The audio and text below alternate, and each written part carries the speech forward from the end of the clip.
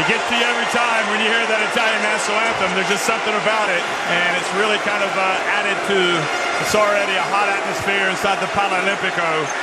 And the face mask wearing Marco Bellinelli protecting that broken cheekbone. Alexander Petrovic, the Croatia coach. So many interesting characters involved in this game tonight. Here's three of them as well. Matej Boltauser in the middle from Slovenia. Jorge Vasquez on the right from Puerto Rico, and Emilio Perez from Spain on the left. So confirmation those three guys have done a good job to be given this game as the referees. So this is what it's all about, really. I mean, both of these teams had dreamed about getting into the final last year, but they came up short. Here they are. If they win this game, they're going to the Olympics. For Italy, quite a lineup. Yeah, I mean, you look at it, a number of well-known names in there. Andrea Bargnani, Daniele Gallinari, for sure. The star probably so far in this game has been, this tournament has been Marco Bellinelli. He's been kind of the leader for Italy, but watch out for Daniel Hackett. He plays such a crucial role in the game, in the victory over Croatia, especially on the defensive end. So Gentili in that starting lineup and not Tome, and Tome will come off the bench for Alexander Petrovic. Well, we've known that Šarić has been outstanding. We know that Bojan Bogdanovic, Simon stepped up against Greece. Well, that's what we said, isn't it? Bogdanovic and Šarić have been absolutely, arguably, two of the best players in this tournament. The question is, who else comes for Croatia? Is it going to be Mario Hezonja? Is it going to be Krunoslav Simon? Is it going to be, you know, any of these other Croatian players? But somebody has to step up. So Miro Bilan starts again with Šarić, Bogdanovic, Roko Ukic, and Krunoslav Simon. But no Mario Hezonja. Well, the coach told us that Hezonja was going to be guarding.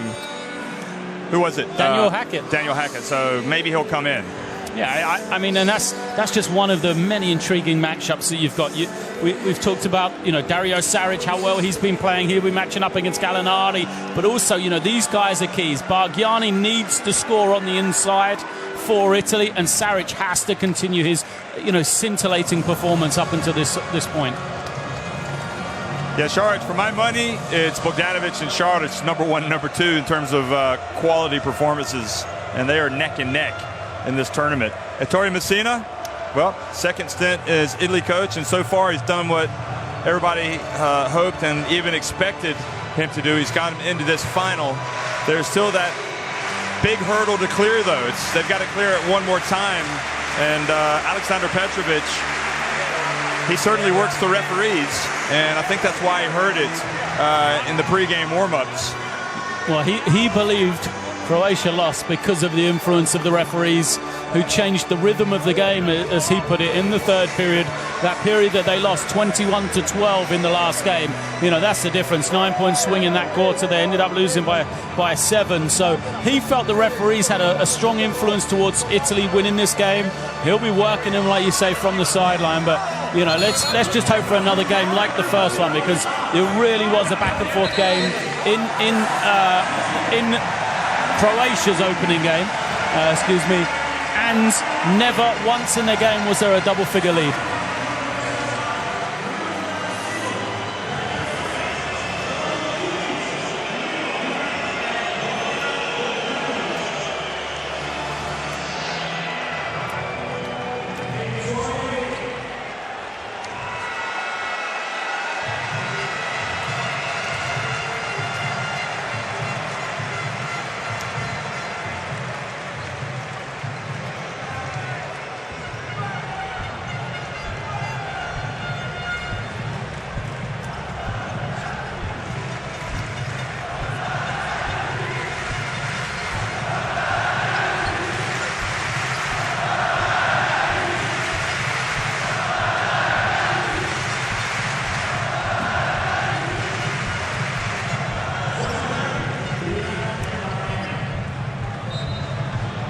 Well, good evening, everyone. If you're just joining us, welcome to the Paralimpico in Turin in the north of Italy. It's the final of the FIBA Olympic qualifying tournament between Croatia and Italy.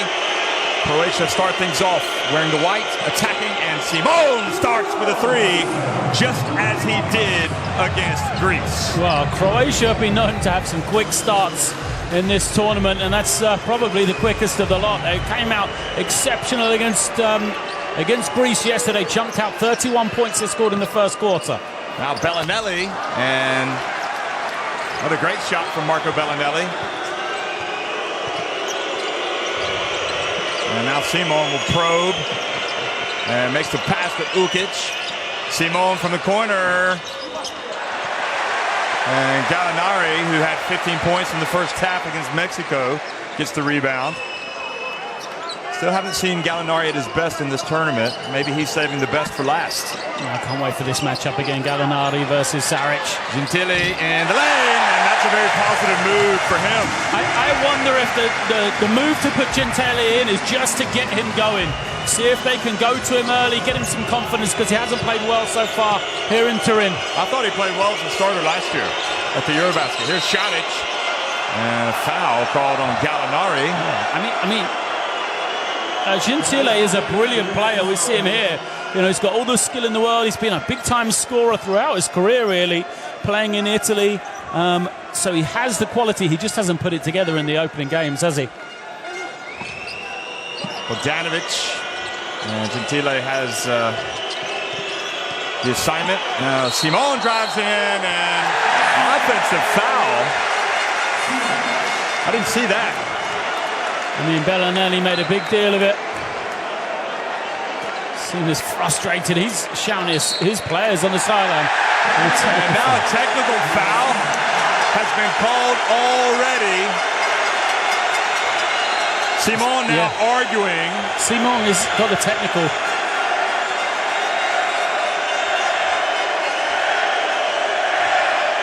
I mean, in fairness to him, I was surprised they called the foul. I thought it was going to be potential three-point play.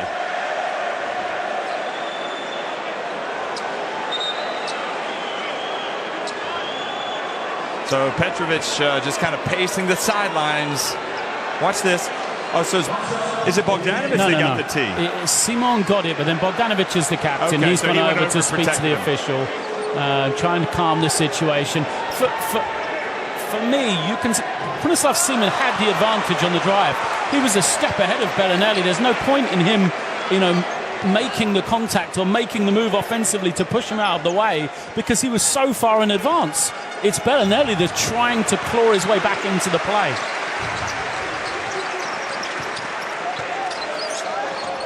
Bellinelli, and Bargnani follows Šarić, holds his ground, and Bargnani travels. Seaman's not happy because they've twice taken very quick shots from the perimeter, Italy.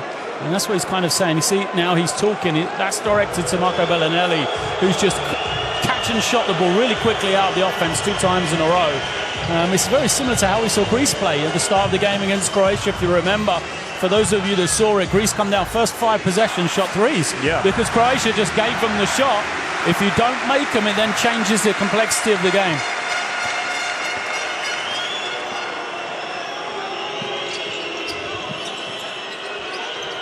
Croatia went up by 24 on Greece, and then Greece came all the way back to take the lead, only for Croatia then to win.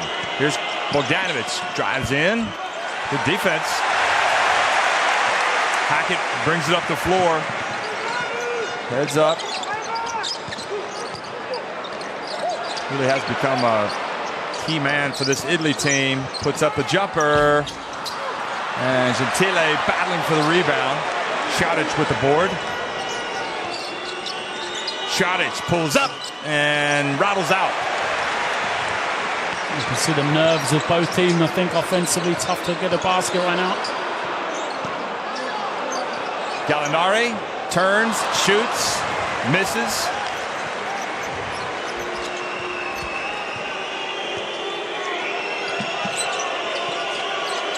Roko Ukic at the line.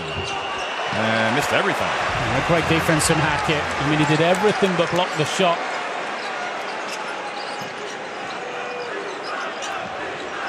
I like this from Italy. Go to the inside. Nice pass to Gentile, but travel. Yeah. Spot on the official. I like the call from Italy. Hackett posting up against Roko Ukic. Gentile making the cuts as well. It allows Bargnani to play around that foul line area. You see him kind of operating higher, and that's what he likes to do more than play in the low post, but they've got very effective guards at posting up. So yeah, it was a good call. You saw him catch it, and then he jumped both feet. Here's Simon, looks off the pass, drives in, misses the layup. Beautiful move, poor finish. Bellinelli's going to be open here. Bellinelli back to the corner. Gentile, and it rims out again. That's been his tournament, really. Great move. Shot looks like it's going to fall, just rims out. The scrap and a technical foul called on Bargnani. I think it's on Gentile. No, you're right. My fault.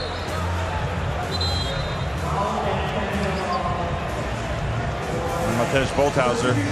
And I think it's easier to make that call, the technical, after you've called one on the other team. So you got to be consistent. Now remember, Italy missed their technical free throw. And here's Bojan Bogdanovic, and Cousin comes in. So that's 2 fouls now. He picks up the foul and the technical. So Bargnani takes a seat. And Bogdanovic. And they're going to stop because there's a scoreboard issue. The problem with the score between Italy and Croatia again.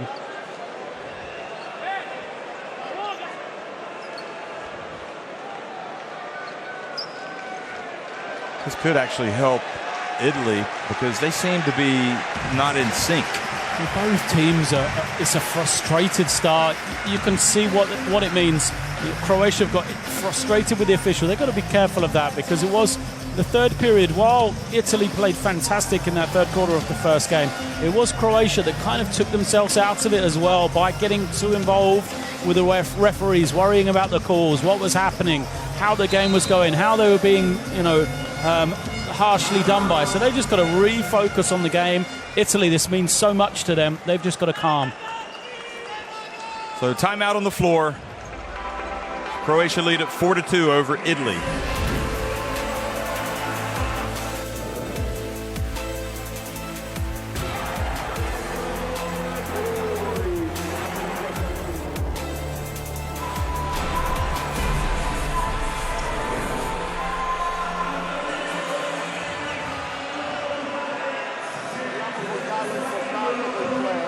Well, Tori Messina, as we have a delay here, as they try to sort out a scoreboard issue, trying to get his players' attention, not really in the flow.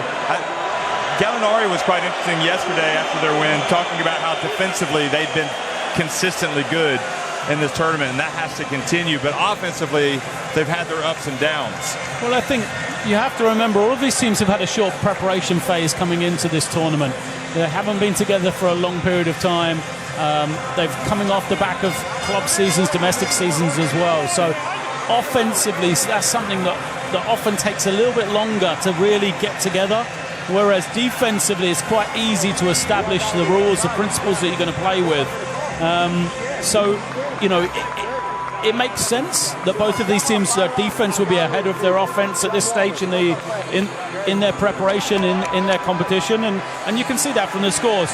Croatia have only reached 70 once. That was against Tunisia. Italy have only reached over 70 once, and that was against Mexico yesterday, where they scored 79. Aradori looking on nervously, and all the players just still waiting. They put the score back up, and it looked like they'd solved it, but now they've switched it off, everything off, except the names of the two teams and the time, the actual time. So all these fans are having to wait. So in our downtime, Jeff, quiz trivia question for you. What is special about Rocco Ukic in these two teams? What, he's played in Italy, you mean? No, the only man to have played in an Olympic Games on either team. Yep. So again, when we're talking about why this game means so much, Rocco Ukic, the only player on either team that's ever participated in an Olympic Games. That's why they're all here, is to get to Rio. And that's why it means a lot. Italy, what an opportunity. They're playing at home. They've got their home fans. They've got the genius, Ettore Messina, back in charge. And as I've said during the course of this tournament, for me, I think this is the last opportunity for guys like Bellinelli. Let me cut in real quick. That's Ivan Perisic, the Croatian football player, played at the European Championship and plays for Inter Milan, so he's made the short trip up. And shows you again what an occasion this is. Yeah, absolutely. And no, your point is well taken. In fact, he's also the only player here to have won or to have claimed a spot for the Olympics at a FIBA Olympic qualifying tournament, because Croatia had to go through Athens at the Olympic qualifying tournament. They got one of those 3 spots. That was when it was just one 12-team tournament, and now you've got 3 6-team tournaments. And I'd say it appears Serbia have had the most straightforward path to the Olympics, but we'll see. Whereas Manila, you've got France and Canada now trading blows, and this one might be the most hotly contested of all if we ever get this thing started again.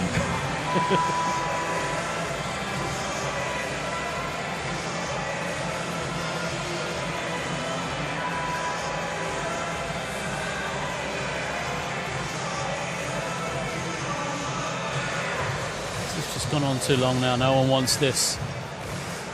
Yeah, they're letting the players get on the floor to shoot now because they've been out for too long. It just takes the energy that was in the gym away a little, doesn't it?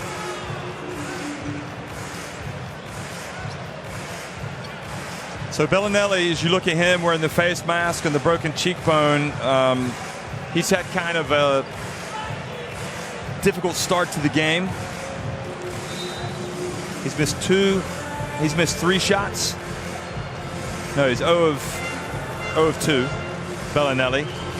And it'll be interesting to see with Petrovic and Messina and these 2 teams, which one will be more negatively affected by the delay, if any at all. I mean, the only positive is we're only a few minutes into the game, aren't we? You know, we're not that deep in, 6.5 minutes still to go.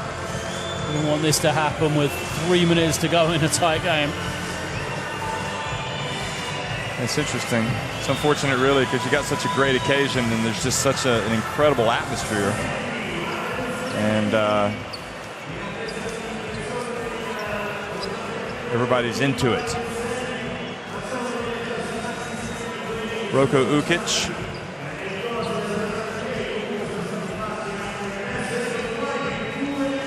Now you've got the referees, I'm not sure that that's in their skill set, is to go fix the scoreboard, so they just have to wait and hope that this will get sorted out. Looks like we're getting back. We've got 10 minutes up now, so it seems to be working again. Just got to set the time and score now.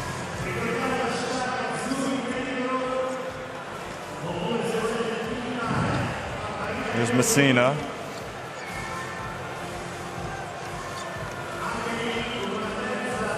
And he hasn't had that much time with Italy. There's Kruslin. He hasn't played much at all.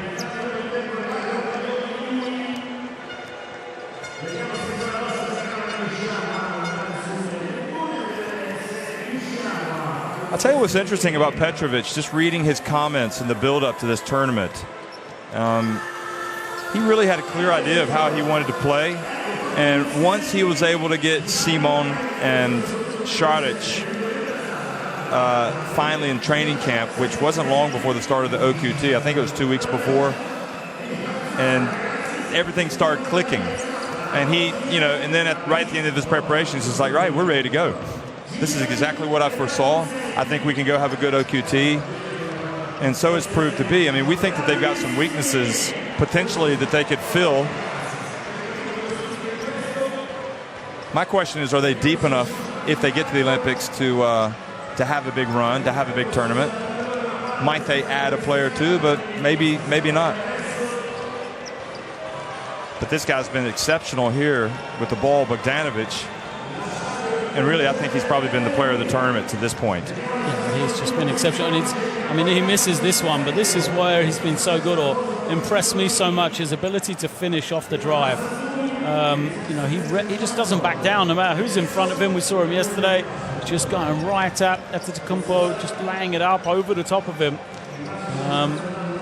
You're right, Bogdanovic has just seen his stock rise, if that is possible for a man which had a great NBA season playing with the Brooklyn Nets. He averaged 11.5 points a game. He started half the games this season in the NBA, so fantastic pedigree. But you know, Šarić has pretty much almost been his equal, really, for what he's been able to do. He had 11 points, 10 rebounds in the first game against Italy, then 16 and 8 against Greece. So those are very good numbers. And don't forget, he also guarded Antetokounmpo for much of that game. And we said that the sign for me of how good Dario Šarić is that you forget how young he is. He's just 22 years of age. He's a fantastic talent. He's still got a lot of room for improvement, a lot of room for growth left in him. You know, a lot of years of basketball. Realistically, we could be seeing Dario Šarić out here for another 10 years for the Croatian national team.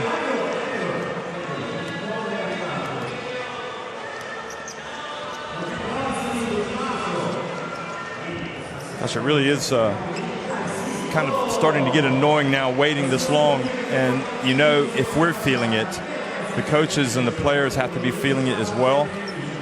Does this make his job harder, do you think, Messina? You don't know until the game starts again. Like you said, this often will really help or hinder one team. One team may really be hit, they'll take their momentum away, or they'll come out flat afterwards. And it's very difficult to judge who that's going to happen to.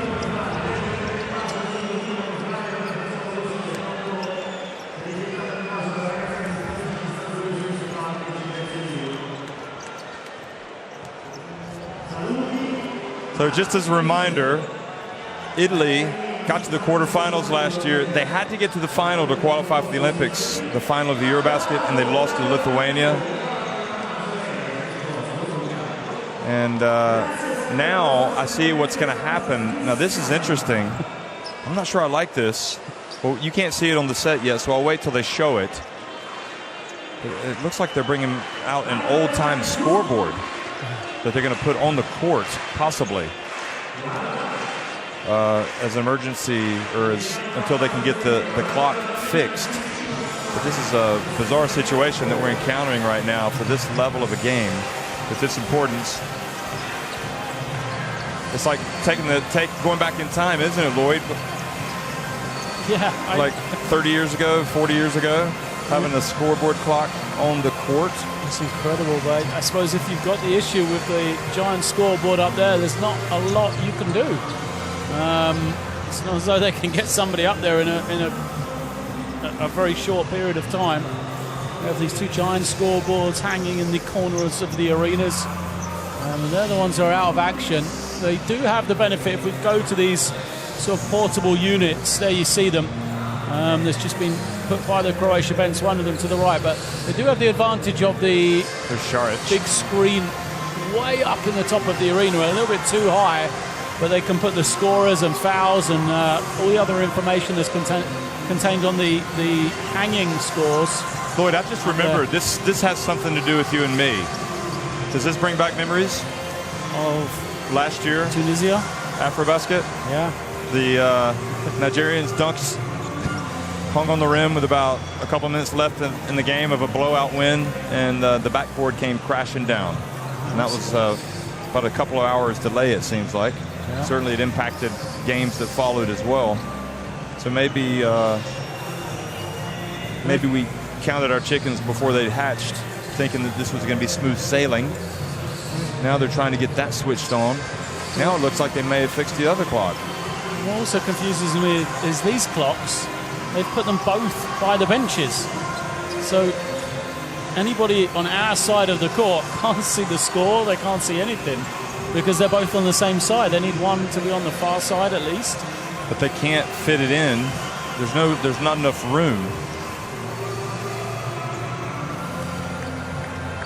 So Bogdanovic, look at him trying to cheer. There are some Croatian fans here, by the way. What a mass of people we had to walk through just to get into the arena. And there's also traffic, unusual.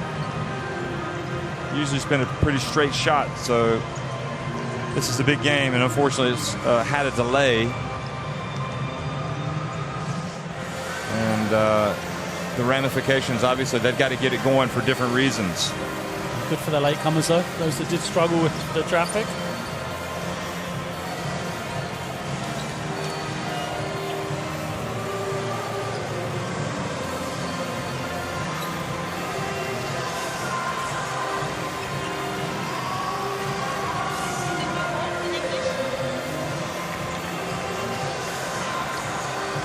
So if you're just tuning in or if you've been watching, just as a reminder, we do have an interruption because of a scoreboard malfunction.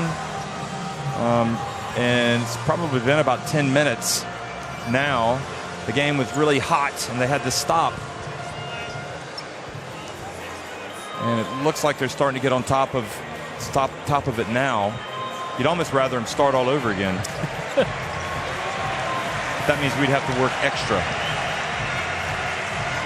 But then again, that would be fun. There's Pepe Poeta. You can see him hearing some cheers because he's going to play for Torino.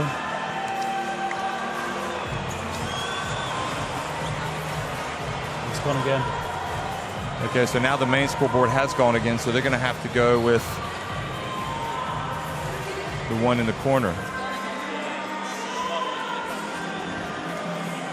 Clearly this clock not made in Italy because they tend to make good things, don't they? Yes.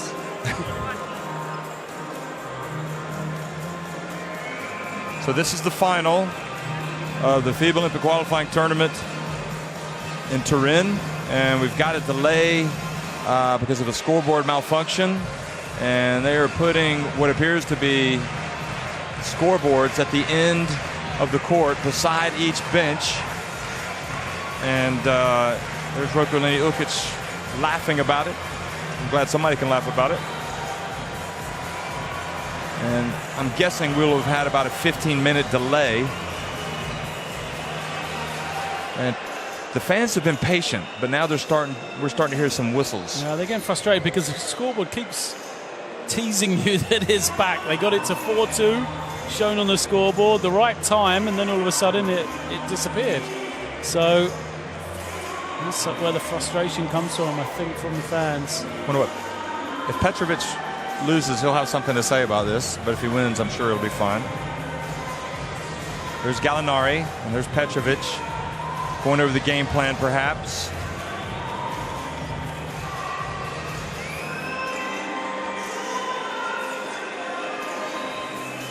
So, brother of the late Drazen Petrovic, you might remember one of the all-time greats. A lot of people would say he is the greatest, certainly the iconic Drazen Petrovic. And there's an icon himself, Ettore Messina.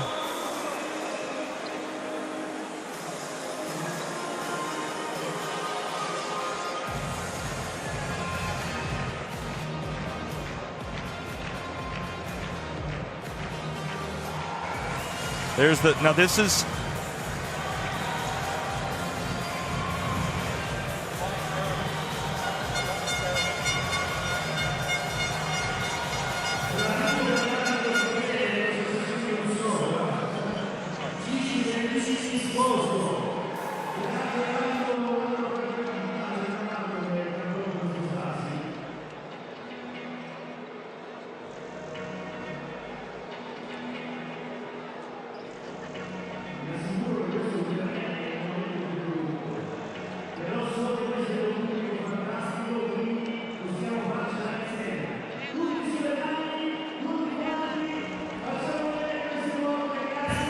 so 6.5 minutes remaining in the first quarter. Looks like we're going to have some old-timey scoreboards set up, and we'll just have to make do with what we've got until they can fix the game clock. One positive, having a look at the stats while we're waiting, is that this break might force them to go up because they've been pretty horrendous in the early stages. Croatia 1 of 6, Italy 1 of 6 from the field, so it's not been an offensive fest of basketball, has it? And with 3 turnovers and 2 made field goals in the entire game. There you see it. The game is being interrupted momentarily for technical reasons. We hope to have it coming back shortly.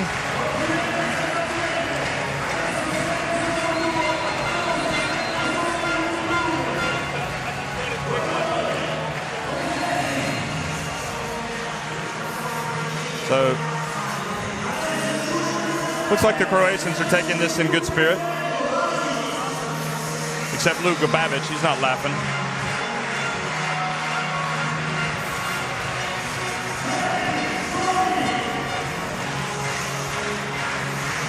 Meanwhile, the other game is just an absolute blowout. It looks like Serbian fans were already booking their flights to Rio. They're up 39-14 on Puerto Rico. For those of you joining us from that game, we will be back to action shortly. Yes. Yeah. What an incredible performance. We know for a fact this is going to be a tight game. Now, Ettore Messina on the right, the Italy coach, Alexander Petrovic on the left, the Croatia coach, and the referees are now talking about the way forward. Ato Petrovic. I can see right there Ato Petrovic say, what can we do? They say we're going to have to use these clocks momentarily, so that means you're going to have to listen to us and also just keep up with the score. It probably won't affect you as much on the TV. You'll be able to watch the graphics, but here we go. Well, that's the big screen above, but it's so high up it can't be used for the players. You can see it's right in the ceiling, and that's the scoreboard that's causing us all the issues. So you see the referees looking up. No players can see that big screen at the top, so that's why they've had to bring these additional clocks in at court level that the players can then see at a glance as the game's going on. So they can see time, they can see score.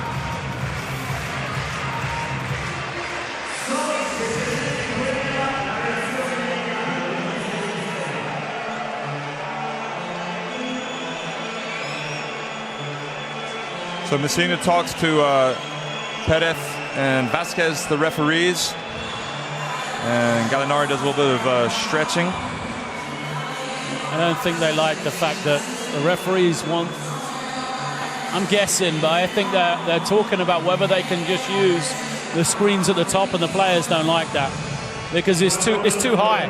You can't see. I mean, the time is above the shot clock over the basket, but if you want to see the score, which you would as a player, if you want to see the clock, you look all the way up there. Someone can run past you and back cut. The ball can go past your head when you're looking up. So I don't think that's the right option. No, that's not the solution. No, they've got the other clocks going though on the sides.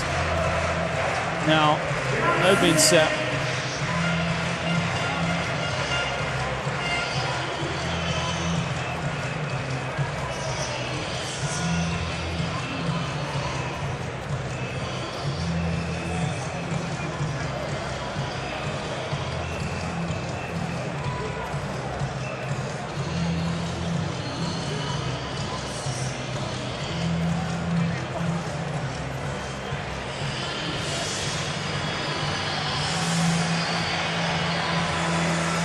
We'll see the Italian Olympic Committee president, I think, is here mid-court watching. And it's also President Petrucci of the Italian Federation. Alessandro Gamba's here, the former Italy coach. Okay, folks, well, we're getting ready to start them up again. It's Croatia leading 4-2, 3.5 minutes into the game. And we've had a delay of about 20 minutes with the scoreboard malfunction. So why couldn't this have happened, say, in one of the earlier games, one of the blowouts? Just doesn't happen, does it? It did happen in one of the earlier games as well. Well, it happened in this game. So they're going with just the big scoreboard above us. Well, the fans sitting across. Oh, so they're not going to run the ones at the end. No, they've gone off again. Not sure why they're still there. Seems kind of dangerous position. Yeah. Okay, now it's back on.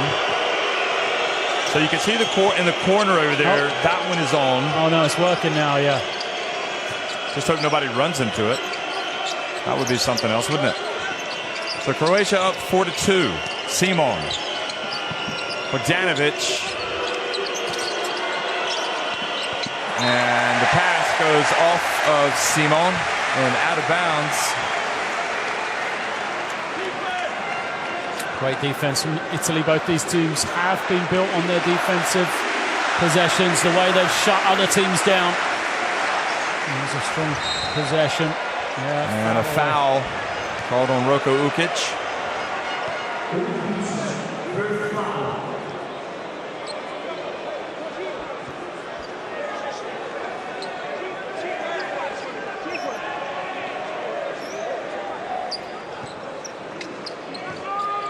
Hackett inbounds it to Gentile.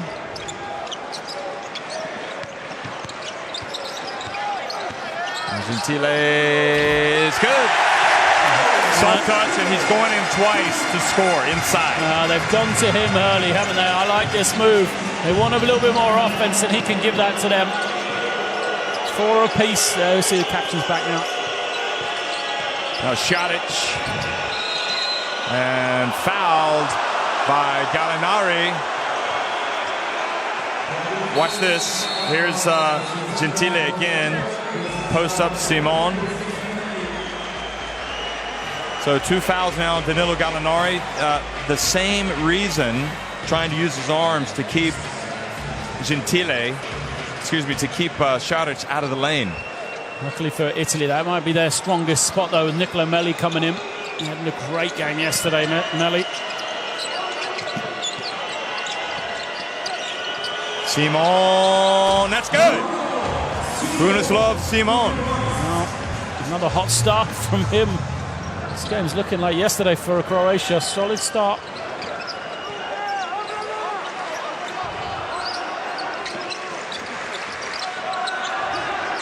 Kuzin battling down low with Miro Bilan. Now Gentile turns, puts it up and in. Oh, what a decision to start him. That's really paid off. Yeah, absolutely. That's why Messina is on. And now he might come out as well to get Datomi going as well. So Gentile, with a bit of confidence, might come out now. But he's just scored twice in a row. Bogdanovic gets inside, puts it up and in. Good move from Bogdanovic. He's just thinking, he's been quiet in the early stages. Straight away, comes back, gets to the ring.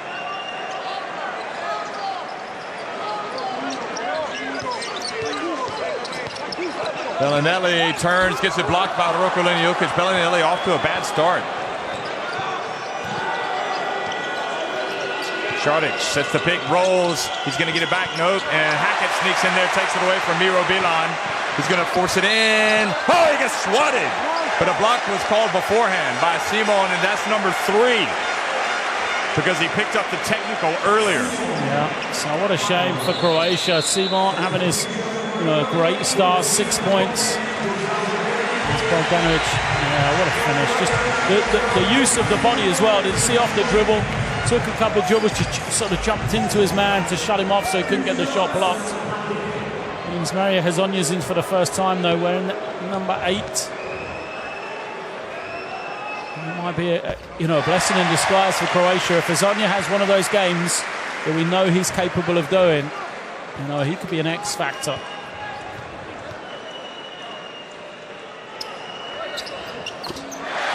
He was definitely good spirits last night. After the Greek game, came to the press conference. Had a good sense of humor. Now 4, coming up on the 4-minute mark, and Hezonja's got his first touch. Gets it back to Bogdanovic. Dribbles. Boy, Bogdanovic gets it to Bilan. Oh, he gets swatted by Kuzin. But Datomi wasn't able to control it. Now they've reset the shot clock. They'll get adjusted. Great work. Great block by Kuzin.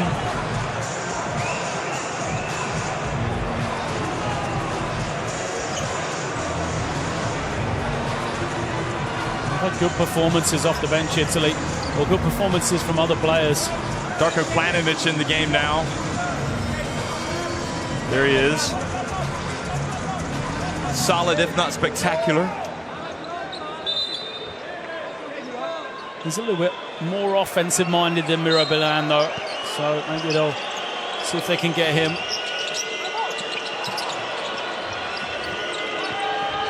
Ukic gets it over to Bogdanovic, who's guarded by Datomi. And Bogdanovic gets blocked again by Kuzin. Doesn't even get the shot off. And the fans appreciating it. Watch this. I wouldn't say that was a big-time rejection. I'd be asking what Kuzin was doing, reaching in, then give the opportunity for the ref to call a foul. Just don't do it. Make him finish over the top of you. Gentile hands it off to Kuzin, and this time he gets blocked, but a foul called on Hezonja.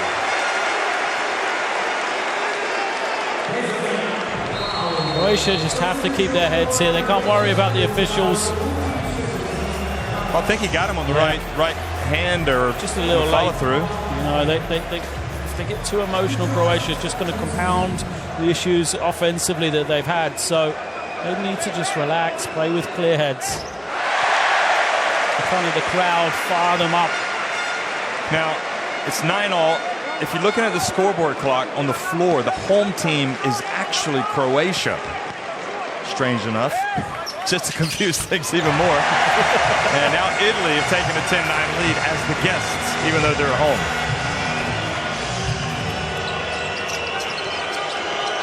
So you can see Italy leading at 10-9. Spin move. And pass to Babic is able to save it. What a play. Charlotte gets it over to Bogdanovic. No shot clock again. And Charlotte takes a difficult shot. Good play from Melli. Hackett in the open floor. And now Hezonja takes it away. He's off to the races. Here he comes, puts it up and in. Said he could be an X factor. Mario Hezonja has got the great athleticism. Well, of course, he has an excellent three-point stroke as well. So maybe the fouls on Krunoslav Simon won't be an issue for Croatia if he has a big game. Gentile, I tell you, he's been so good getting the ball inside. Yeah, well, Bogdanovic has given him the three. He's really backing off him. Charlotte, and now the foul from Kuzin guarding Planinic. And that is team foul, what is it? 5, so free throws coming.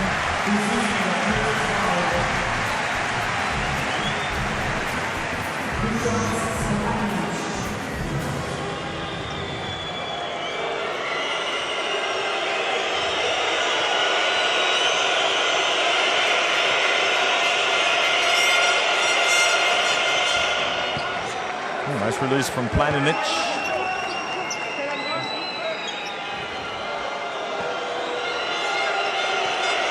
So Croatia, again, the scoreboard clock says home. That's Croatia. They're leading at 12-10. They've had a scoreboard breakdown, the main one, so they've had to bring in the old clock and put it on the ground. That's 5 for Croatia. Only guy over 25 years of age is Bojan Bogdanovic on the floor. Such a youthful 5. Hackett puts up a 3. Again, Hezonja just standing off him, just daring them to shoot. Croatia did the same thing to Greece, just put 5 guys in the paint.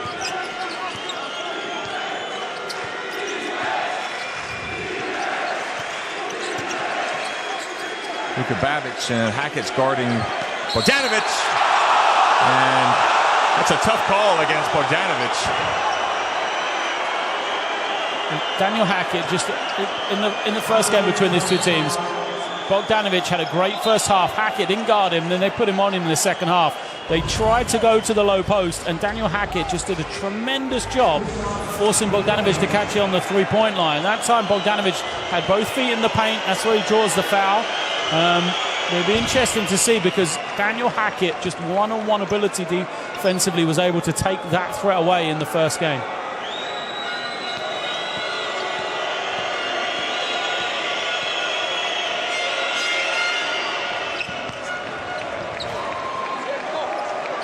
So Croatia, who were wondering what might happen with the long delay, and so far Croatia have come out maybe a little bit better. They lead 15-10. The winner of this game qualifies for the Olympics. Datome puts it up. It's good. Tough shot, Datome. And that spot, that 3 spot then. First it was Gentile, now Datome pouring in the points. And Italy have got very little from Gallinari and Bellinelli as well. Both of them scoreless. And Bargnani. Yeah. Planinic inside. He's denied by Marco Kuzin. 8 seconds on the shot clock. Kuzin's come out and become like the Terminator. They've got the Bellinator, but he's on the bench. No shot clock again for Croatia. They haven't had great looks from this type of situation this game so far. Oh, great switch indeed. Kicked the ball though, I didn't see that. So they're going to put 14 now. That's the shot. Yep. Nice touch from him. And great work. And that's where Dario Saric just plays above his years. So Italy switched the previous possession on the out of bounds and nearly got a 5-second violation. Look at him just sneak to the inside, have Nicolo Melli on his back because Melli was waiting for the switch or waiting for the screen that he would then switch. It's plays like that where Dario Saric just, never fails to impress. So Šarić goes to the line.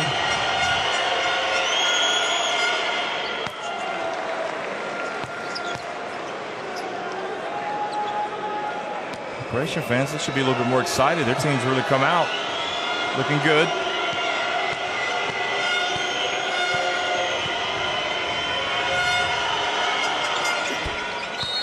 First points for Saric. Interesting. He's not forcing it. And now this is the lineup for Italy where Gentile goes to the point. Hezonja's picked him up. No one's really worked Italy up the floor too much when they go to this kind of lineup without a point guard.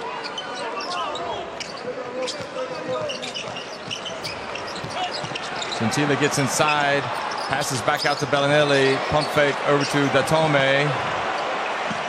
And Datome misses another jumper. So the final minute of the opening quarter, a quarter that was delayed for about 20 minutes with a scoreboard malfunction. Šarić puts it up, and good job. Melli and Naradori on the boards. Bellinelli. Oh, now that triggers a break for Babic. Quickly, he gives it to Bogdanovic. And Bellinelli's really struggling. Oh, brilliant recognition from Babic in transition, though. Knew that had that slight advantage, just went through the gears. And I thought he was going to pull it out, but knew he could get an easy shot. See if Italy can get Bellinelli going here. Gentile's got it now. He puts up a jumper. And Croatia might have enough time to launch one. Bogdanovic puts it up. Oh, it came close. And I'd say Croatia will settle for that start. They lead 19-12 at the end of the first quarter over Italy.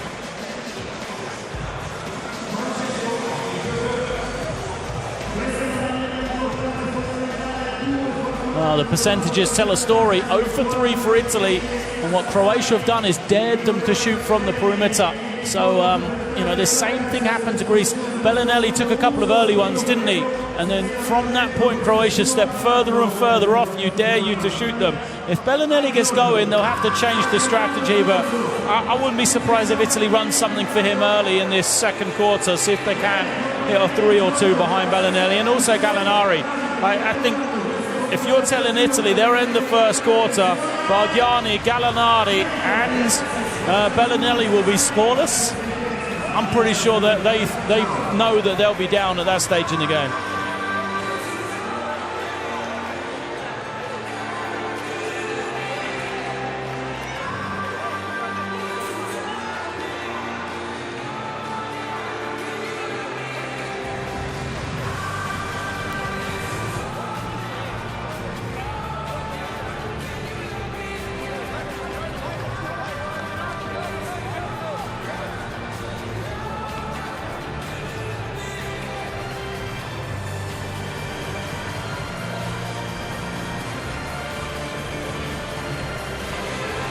So Italy have led by 1 point. Right now it's Croatia on top by 7, their biggest lead of the game.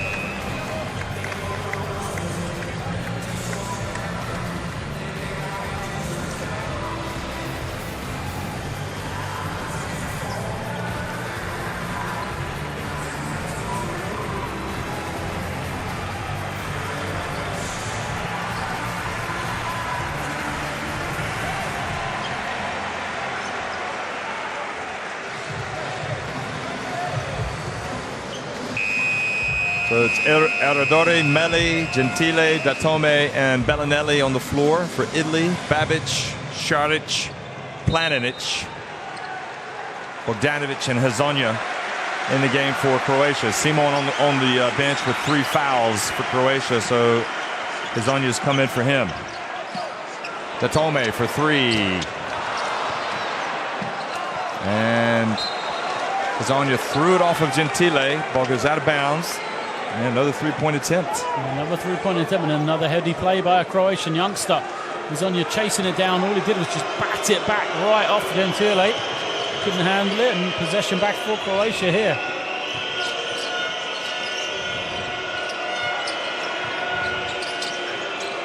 And inside it goes to Planinic, and he's fouled. And it looks like the scoreboards are back on.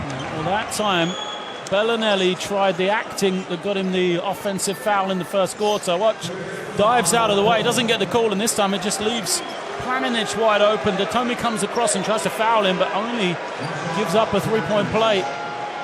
And this is a dangerous time for Italy here, because if they go down at the half or in this second quarter, the crowd will start to get tense. They'll start to, you'll feel the atmosphere here in the arena. Well, it's a 10-point lead for Croatia. It is silent in here. And we didn't see Italy really pull away from Mexico yesterday until the second half. Now the crowd is trying to get behind them. Here's Bellinelli. Hands it off to Datome on the baseline. That's good. Datome looks confident. He hasn't played well in the tournament. I mean, he had his tournament high in the last game against Mexico. That was only 9. MVP of the Turkish league this season, or the playoffs. You need him. Bogdanovic steps back, puts it up. I think Italy will live with that shot. Yeah, great D from Italy. That's the way to get yourselves back into the game. Play defense like that. Bellinelli for 3. There he is. The masked man, Marco Bellinelli. That's it, isn't it? Bellinelli can start to find that range. It just changes the way Croatia have to play defense.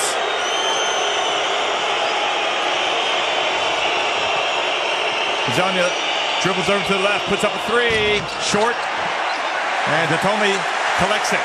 And we're going to see Petrovic get a timeout. Yeah, not a good shot from Croatia, not a good offense. Oh, Gentile may have pushed off there, but no, they're going to call the foul on Bogdanovic or Planinic.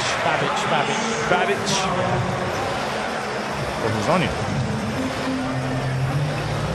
Luka Babic, first foul. So Gentile continues to be a factor.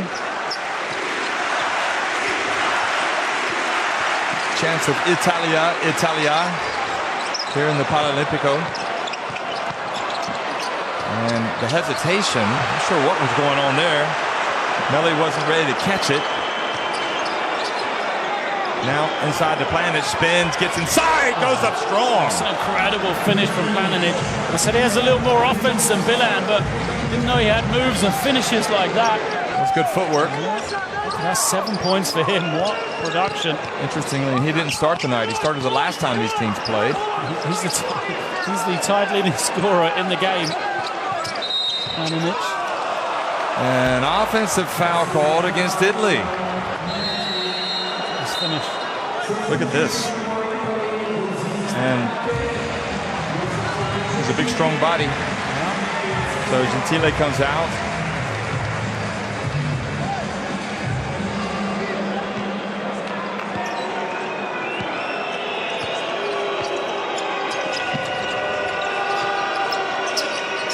Small lineup on the floor for Italy here. Yeah, Bargnani's going to come back in. You can see him taking off his warm-up. 7 on the shot clock. And offensive foul. And Saric tried to sneak into the post because he had the mismatch against Aradore. Just hooked him with the right arm. Watch here, here's the right arm. Just got left arm, sorry, just goes around his shoulder. Good work from the official, was the right idea. So Italy's out. They're still small though. Bargnani, they only recognise big than 4 guards around him. Croatia will have to guard the 3-point line now. Hackett, though, explodes into the lane. Over to Bargnani. And Hazanya. This one he's got to make. He had the extra pass. Aradore was open. Crowd wanted to travel. Bogdanovic for 3. And Hazanya got an inadvertent hand in the face, and now Babic goes up, misses. Croatia rebound. Planic gets it over to Babic. Bogdanovic gets down low, drives in, and draws the foul. 2 shots.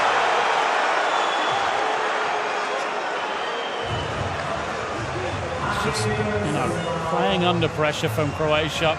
Bogdanovic gets it, 8 on the shot clock. And it's the right call. Hackett didn't have their arms up the whole time. They came forward. But Bogdanovic got it with 8 seconds on the clock, just held it. So everybody calm down. Let's not panic yet. Gets himself to the line. Rebounding battle you'd have given automatically to Italy with the size that they have through multiple positions, but it's 15-10. Right now, 4 offensive rebounds for Croatia.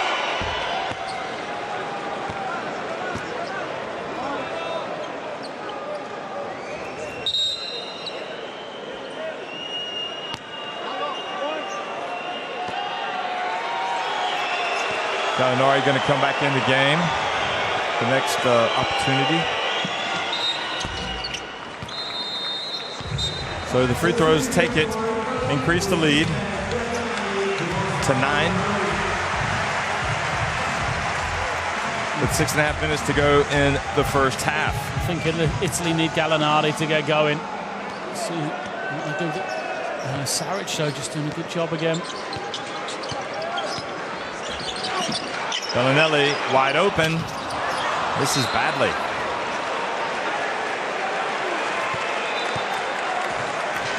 It's interesting. Gallinari comes back now. 6.5 minutes to go. He's got the 2 fouls. So him, Bargiani on the floor. They've got 2. Hackett's on the floor. He's got 2 as well.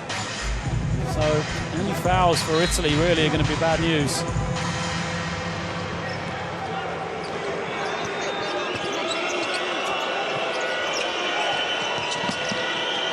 Planic behind the line. That's good.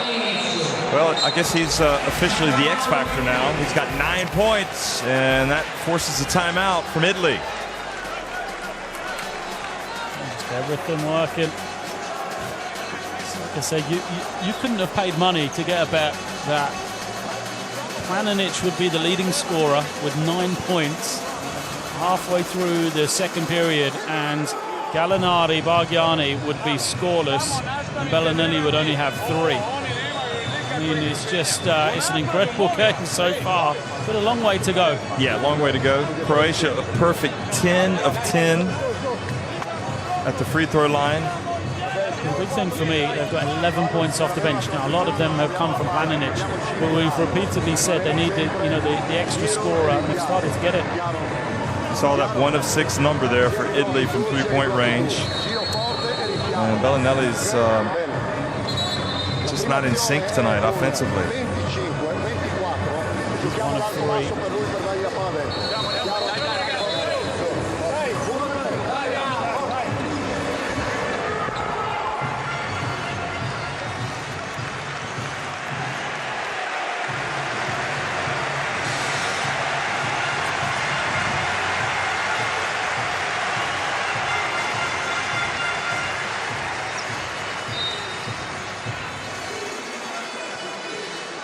So coming out of the timeout, and the clocks haven't started.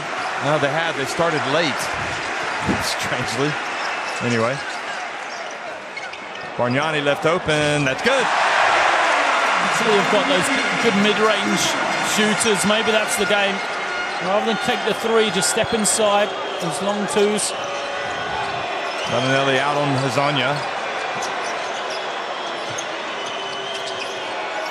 Hackett. Again the low for Bogdanovic. And Bogdanovic went right at Bargnani. Just missed the shot.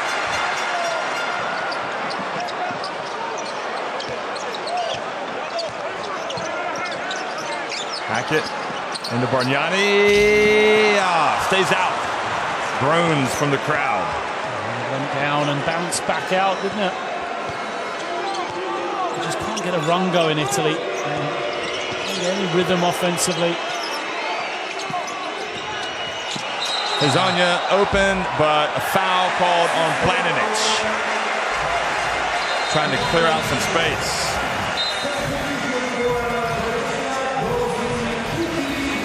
That's Bargnani. hitting his jumper earlier.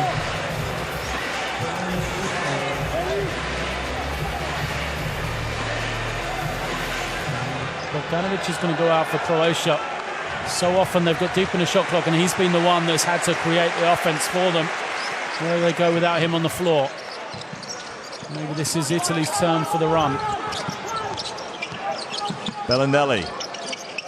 Bargnani. And Datome flies in for the rebound. You've got to get Gallinari going here. Gallinari! Yeah. Well, he must have heard you. Running back, he gives it the... Come on, make some noise to the crowd as well. Looks like Croatia go to Saric then without Bogdanovic on the floor. Good work from Bellinelli. Charge hemmed in by Bellinelli, then he loses it out of bounds. And Gallinari playing some D. Watch this. Here he was the last trip down, Gallinari. I mean, he puts up a lot of shots with Denver, doesn't he? And Italy need him to have that same type of impact tonight. And now the turnover. Gallinari and Bellinelli playing good D on Saric. So timeout, Croatia. They lead at 28-21.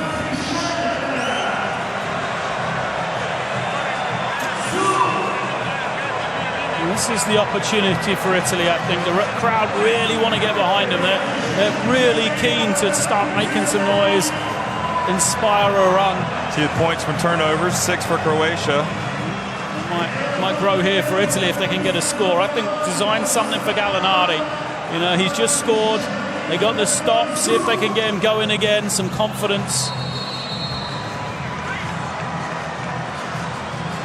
Saric just played all 15 minutes. Hasn't come out yet.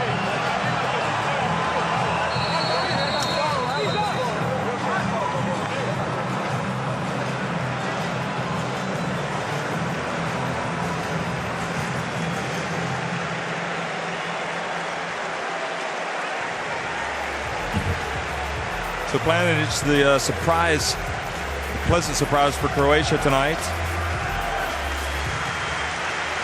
He's got 9 points. He's back in the game. With Saric, Hazonia, Roko Ukic guarding Bellinelli, and Luka Babic. There's Bellinelli, and Ukic reaches in and commits the foul.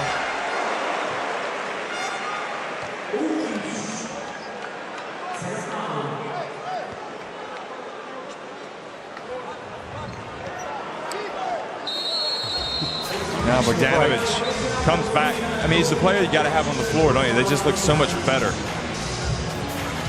So Saric, though, is going to come out of the game. And he's going to guard Gallinari. So, again, another reason to go to Gallinari. See if we can get him in the post, maybe. Yeah, here he goes. Slides straight in. So now he's got Babic on him. He's going to try to back him up. Turns, hands it off to Bargnani for the two-handed flush. I think keep going to Gallinari if Croatia stay with this lineup.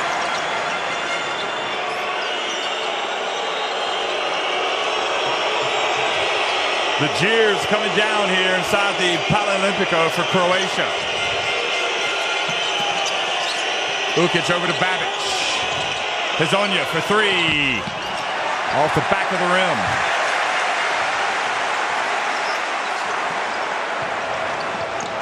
Now Gallinari. Inside. Well, they've got Bargnani posting up. And he just missed the shot. He's got to do a better job finishing. Bargnani's taken a lot of shots in this period in the second quarter. Just 2 of 6 now. There's one of the makes. And comes out.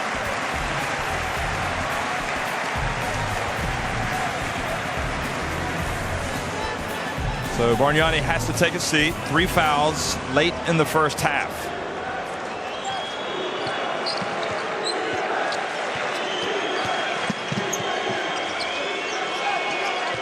Bogdanovic goes baseline, and he was fouled as he attacked the rim. He is absolutely fearless driving to the basket. And Gallinari now has picked up his 3rd foul. Boy, this is a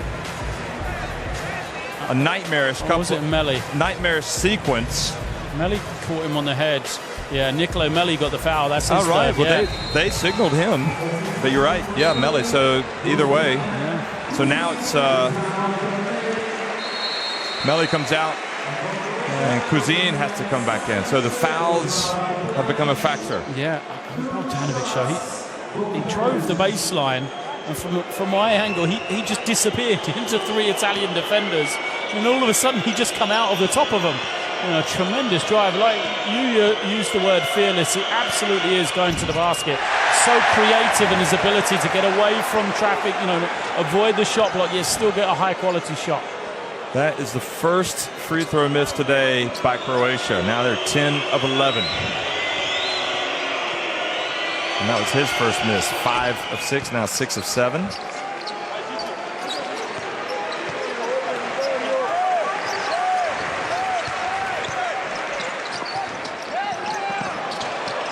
Gallinari catches it, shoots, and scores. He's starting to put up some numbers. And they need him. I think they keep going to him through this second quarter now. In fact, he's only got 4 points. Seems like he has more. Here's Bogdanovic again, and blocked from behind, and kind of a late whistle from the right corner. I mean, I can't see what the fuss is. Why Italy are even thinking of going in on that. Bogdanovic clearly got fouled for me on the drive. So once again, Bogdanovic will go to the line.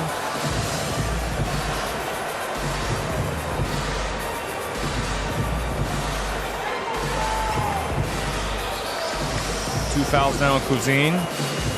Told Messina to go out and talk to Cousine about how he wanted him to defend. Yeah, well, he got switched onto Bogdanovic. So it's the tactic or how Cousine's got to play him. He's going to give up a shot. So Bogdanovic, it's what shot he gives up or what drive he gives up. That's what Messina will be talking to him about.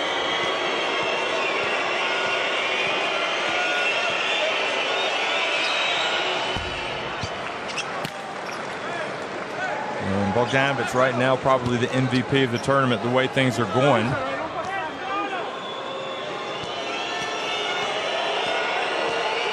Those are his tournament numbers at the line. See, 83%.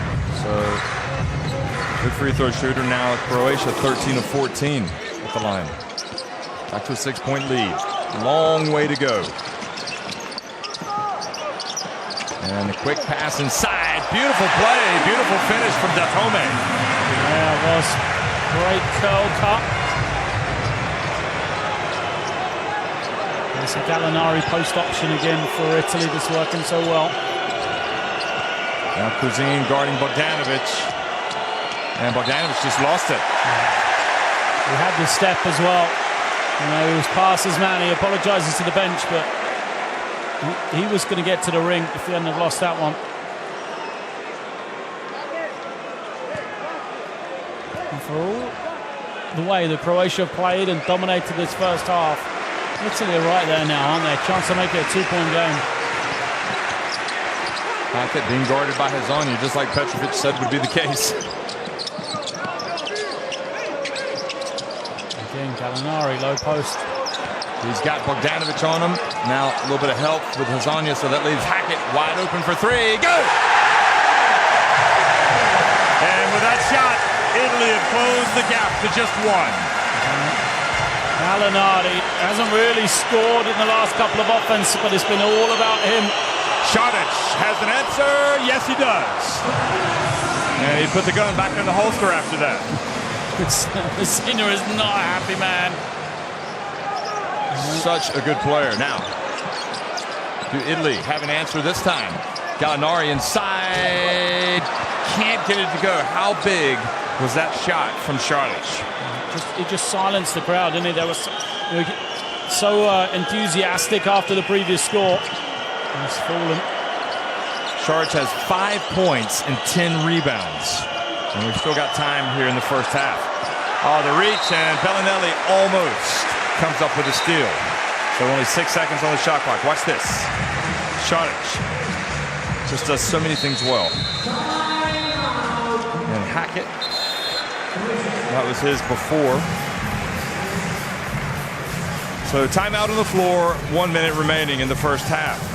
offense has started to come to life for both teams, hasn't it, really? You know, the low post play of Gallinari has ignited the Italian offense. When he isn't scoring, he's been able to kick out to people for easy shots or rhythm shots.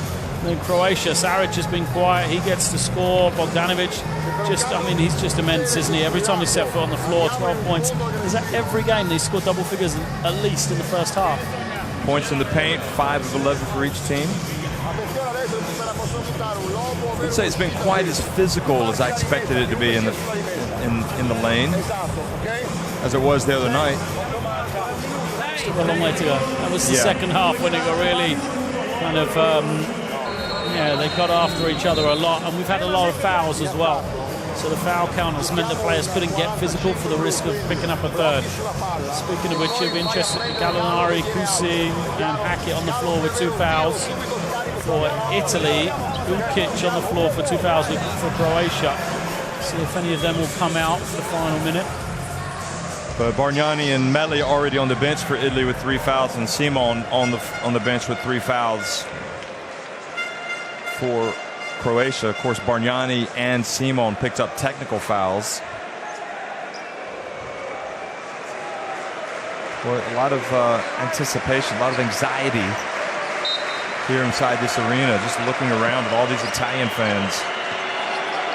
Now Hezonja goes right at it and gets swatted. The foul.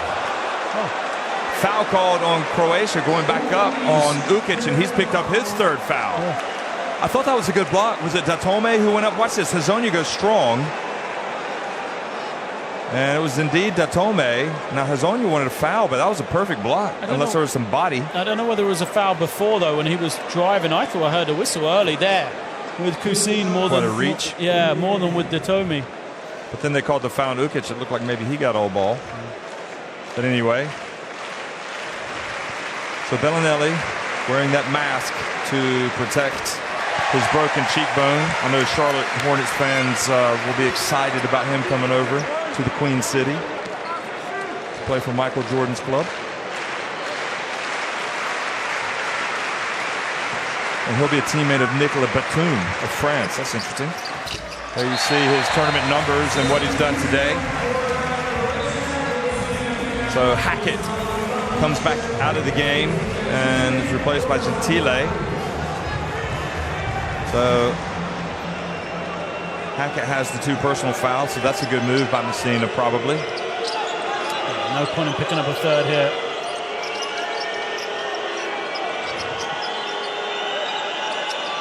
Bogdanovic for another 3. It's just such a difficult shot as well. Players usually like to catch and shoot within rhythm. I mean, it's not Arapovic has scored, it's Bogdanovic yet again. And the bounce pass too hard off the ground. Now up ahead to Bogdanovic. Another one! And just like that, Bogdanovic has stretched the lead to 7 points for Croatia. Boy, he can strike quick.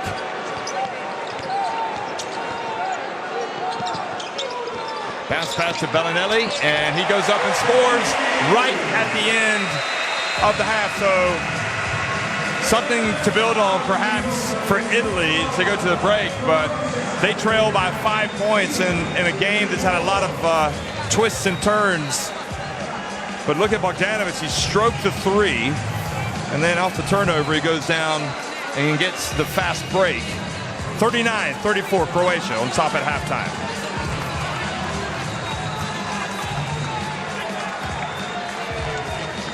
Well, Lloyd, I mean, these numbers, Italy struggling a bit from three-point range, Croatia getting a lot at the free throw line, they're out rebounding Italy, and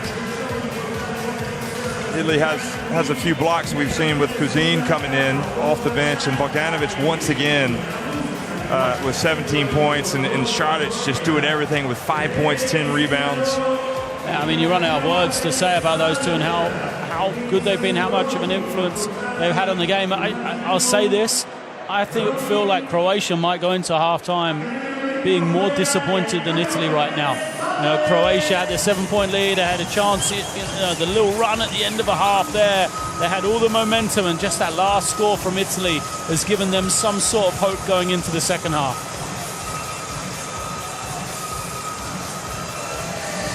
So 39-34, it's Croatia on top of Italy at halftime. Stick around. We'll be right back for the final 20 minutes. The winner of this game qualifies for the Rio Olympics.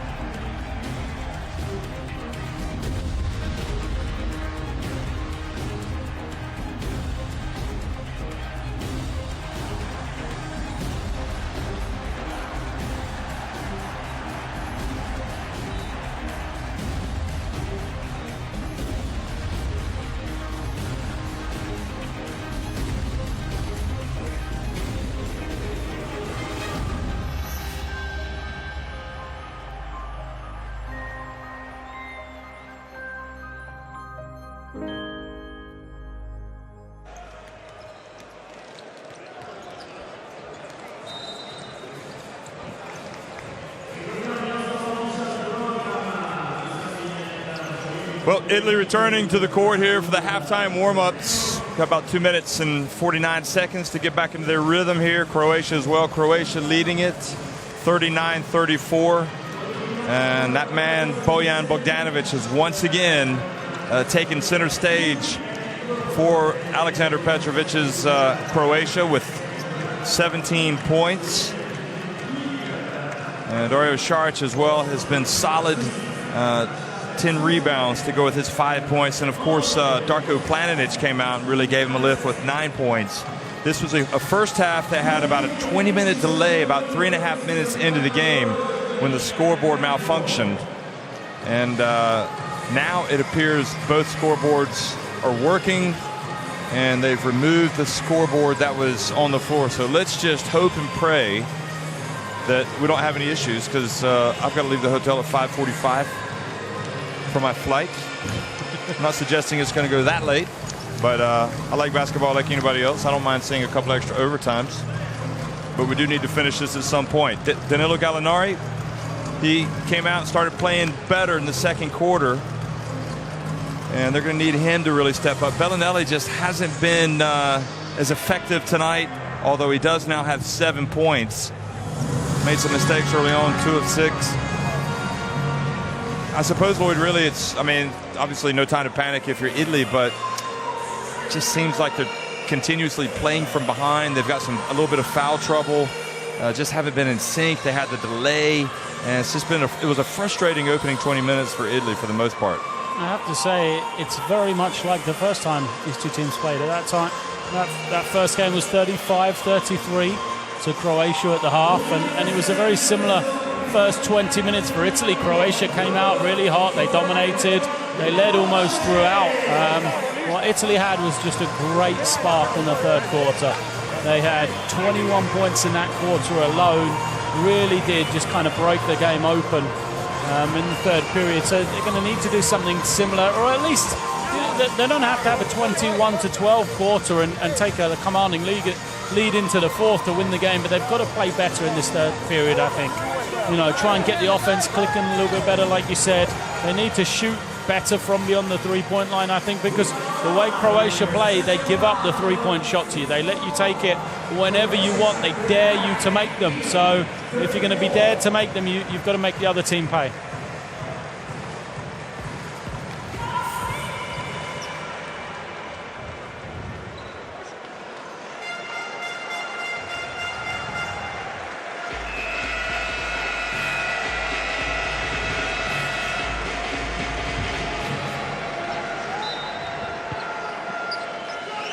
Well, welcome back to the Paralimpico. Krunoslav Simon starting here for Croatia, who lead by 5 points. He's got the 3 fouls, being guarded by Marco Bellinelli. Hazonia also out there with Bogdanovic. Miro Balan back out, as well as Šarić. Now Balan going straight at, and Datome comes over and helps out Bargnani. And Gallinari gets the last touch. It goes out of bounds. But that was a promising start for Italy defensively.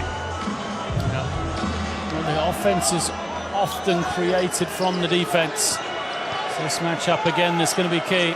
Bogdanovic, turnaround jumper. So that's better for Italy.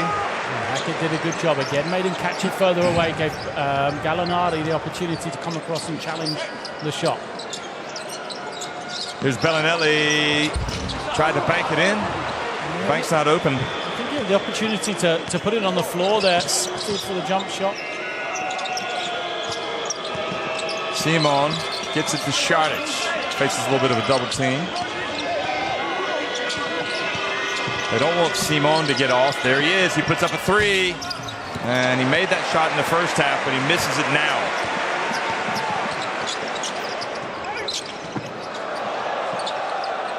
Bellinelli goes down, gets back up. And Gallinari almost had it knocked away by Šarić. Gallinari drives in, puts it up and in! And Gallo has a chance for a 3-point play. We've been waiting to see this all tournament long.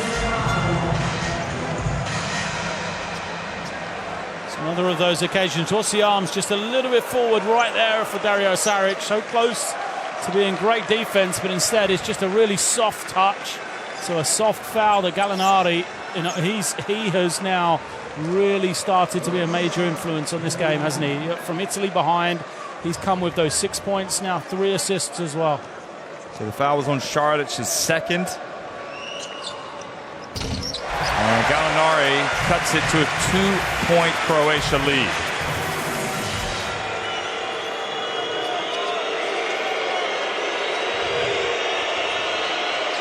Crowd booing Croatia. Here's Šarić. He's done some damage from that spot right there in this tournament, but he passes it back out to Bogdanovic.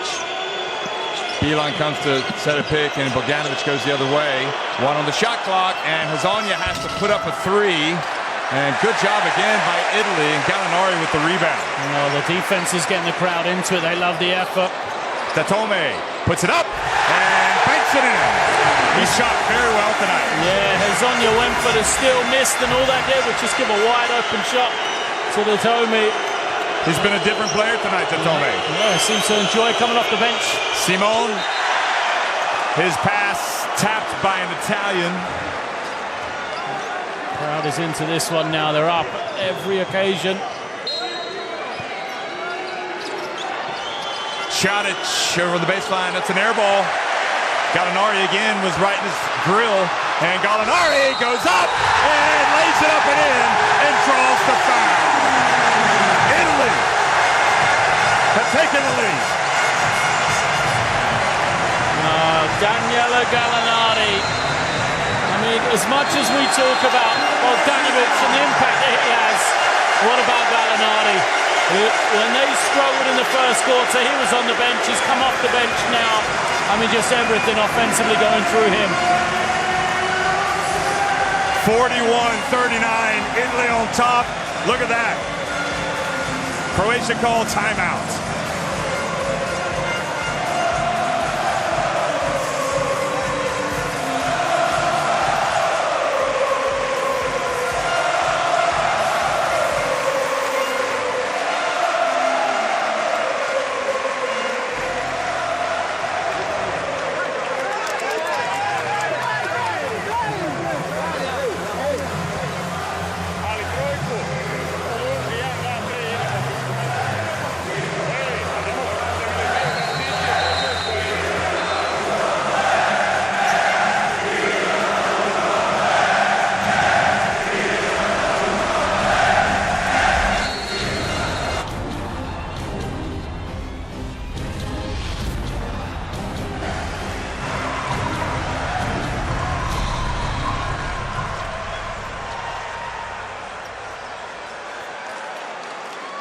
Danilo Gallinari has brought the crowd to its feet here in the third quarter. Italy have stormed into the lead.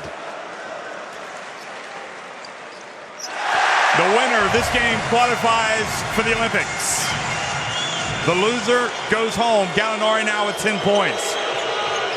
Where did Croatia go for offense? Trouble is, it's only Bogdanovic, really. Saric hasn't got going, only 5 points for him. The foul called on Italy. Is that Hackett? And that's number 3 on him. Yeah, and that shows you how much attention is on Bogdanovic right now. Look at Sandro Gamba there, the former Italy coach, and the silver hair there, looking on.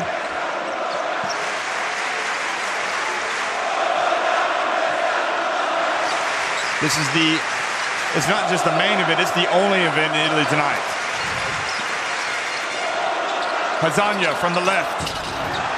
And Gallinari, once again, he's got the wind in his sails right now. Every shot a little force from Croatia because the shot clock is so deep. It's the Italian defense that's doing that. Hackett passes it back outside to Bellinelli. Bellinelli back out to Gallinari. Open. Hackett. That's going to be short. Simon now gets into Bogdanovic. Gets in the lane. Hackett has the 3 fouls. And the ball touches off Miro Bilan. He can't control it. Much better defense from Italy. Yeah, Italian defense has gone about 2 levels higher than it was in the first half. It wasn't bad then, but it's an 8-0 start in this third quarter. This is almost a replica of that first game between these two teams. Third period just belonging to Italy so far.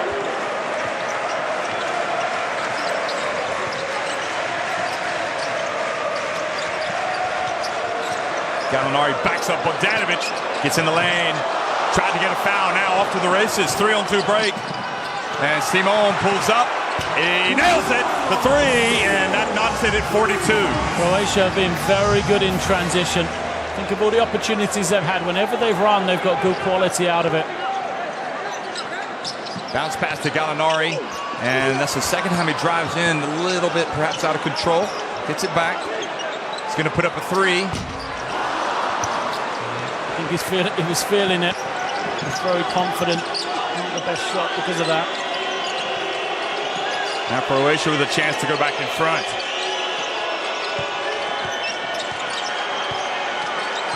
Hackett trying to be posted up by Sharks, but he's too strong, and he throws it right in the hands of Bellinelli. Here comes the masked man, and he puts it up and in. Defense of Daniel Hackett on the low post, incredible. It's not the biggest, but he's just forced Dario Saric into a turnover. And that is an accomplishment because Šarić doesn't make many mistakes, but a foul called. Here it is. This was the play by a good defense, which led to the break for Bellinelli. So Bellinelli just picks up his foul, his first foul. 15 points off turnovers for Italy. Croatia have only turned it over 10 times. They've been punished whenever they have. And Hackett has picked up his 4th foul. He's going to have to come out of the game. That's a blow. Oh, it's a huge blow for Italy. Huge. So Gentile goes over, but 2 quick fouls on Daniel Hackett. Sends the former Southern California star to the bench. Spent this past season in Olympiakos in Greece. Simon, his favorite spot, and he hits another 3. Back-to-back threes. Boy, he is streaky. 2 in a hurry from him. He's got 12 points. Simon, he's only played 10 minutes because of the foul trouble as well. Datome finds his way in, and tough shot. Rebound, Planinic. Nobody on the glass for Italy. It's okay being spread if you're Bargiani, but he's got a rebound. I think that's why Melli's going to come in now. And Gallinari reaches in and takes it away. He looks up the floor to Bellinelli.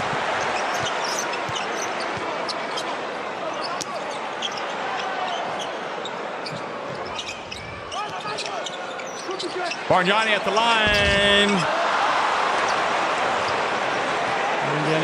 Bargnani shoots with this spread lineup for Italy that Tomi tried, but Croatia have been very good rebounding the ball. Bogdanovic now back over to Babic. They got to find Simon, surely. Now spread the offenses for Croatia. Way outside the three-point line. And offensive foul, Ukic, I think that's 4. No, it's Planinic. Oh, Planinic setting the pick. Yeah. This second. Watch. Yep.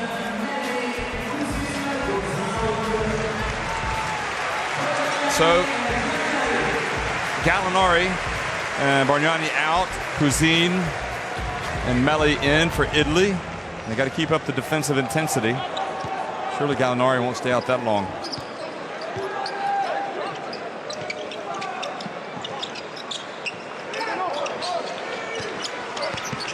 Oh, pass to Cousin. Nice play. Now back to Cousin.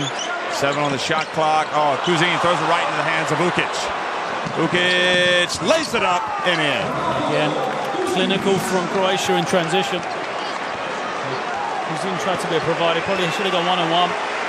In the low block. They're not going to double him. They're just going to wait for him to pass it out. See if he can beat them. And it's going to be Melli for 3. And Datome. Oh! Datome just got an elbow. Quickly to the other end is Ukic.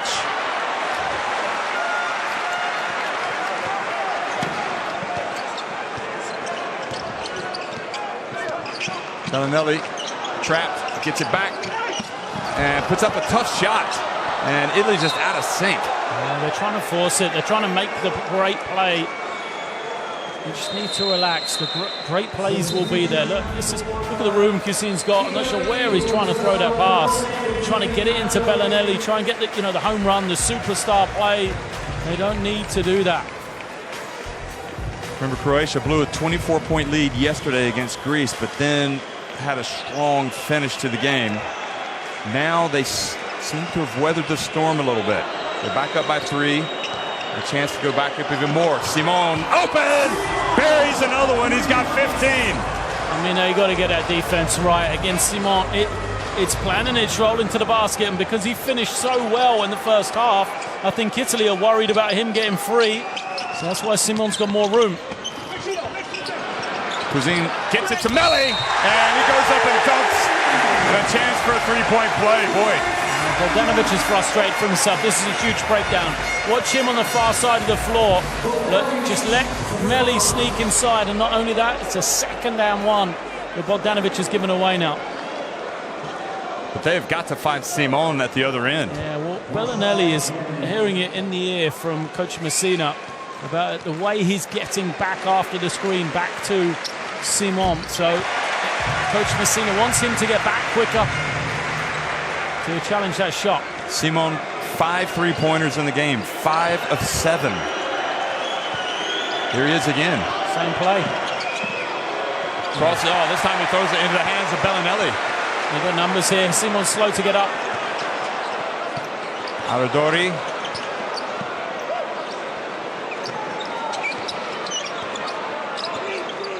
Melli trying to get it. Thinks he could take Babic. And Bellinelli back to Aradori. Aradori takes a shot, gets it blocked. And then it goes out of bounds off of Italy. Boy, Italy just could not get what they wanted there. Passed up a couple of things. They've lost their kind of the way of playing without Gallinari on the floor. They don't really know where to go for the shot. Cousin keeps getting it and having touches on the inside. But he's not an effective scorer.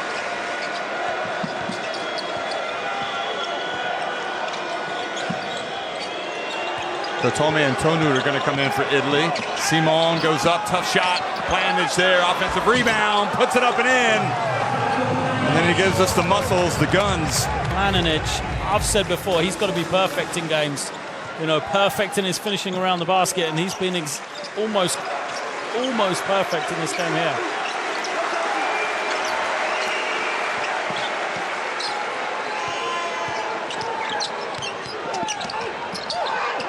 Bellinelli to Cousin. He's not going to pass that up. And Melli there with the rebound. Goes up and in. I think Meli's getting to the point where really he could start doing some damage on the low blocks. Yeah, I wonder if they'll go with Meli and bring Gallinardi in for Cousin, go slightly smaller. Bogdanovic for three, and the rebound falls to Babic. Now Bogdanovic again charges in, gets it out to Simon, and he's fouled by Bellinelli. Rotation from Bellinelli, just couldn't quite stop short enough, could he? Not in the bonus yet. This was Meli. Looks like it might be an option. Try to get him to post up. Cousin comes out.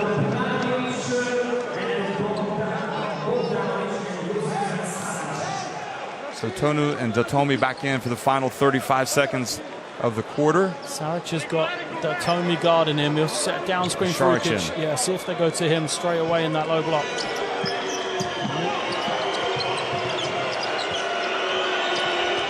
Ukic goes around Tonu, and that was a mismatch from the beginning. I mean, he just went right past him. Tonu's fresh off the bench, and just went right at him. He couldn't foul. And for both teams to be in the bonus. The final 12 seconds of the third quarter. Tatome for three. Good! He's really got a confident stroke tonight. And Babic, Ukic gets it off in time, but it was short. Tatome, with that three-pointer, has now got 11 points. That's a team high. Look at that. He's definitely feeling it tonight. But right now it's Croatia leading by 2, 10 minutes remaining. The winner goes to the Olympics. This was Ukic's shot when he went past Tonu. Oh, what a fourth quarter we're going to have, eh?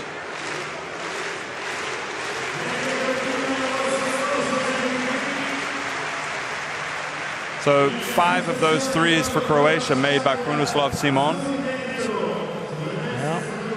31 rebounds for Croatia, 21 for Italy. And again, the X factor, Planinic offensively for what he's brought tonight. I mean, he didn't even start. If you look, we've said about Croatia having those 3 scorers. I didn't really expect Planinic and Krunoslav Simon to be 2 of the 3, really. Well, Šarić could still put up some numbers tonight, but he's still got 5 points. I mean, Saric has played well, but he hasn't got going offensively. Gallinardi came out, and ever since that point, Italy just didn't know the focal point of their offense. Without Bellinelli hitting and the threat that he has, it was very indecisive, I should say, from Italy. I think Gallinardi's going to have to come back. And like I say, I think their best 5 might be with Gallinardi and Meli on the floor at the same time. Try and post up both of those guys. Or use the pick and roll with Gallinardi rolling down to the ring. You know, interesting, Bogdanovic didn't score in the third quarter. He had 17 at halftime. But that man right there did, Simon.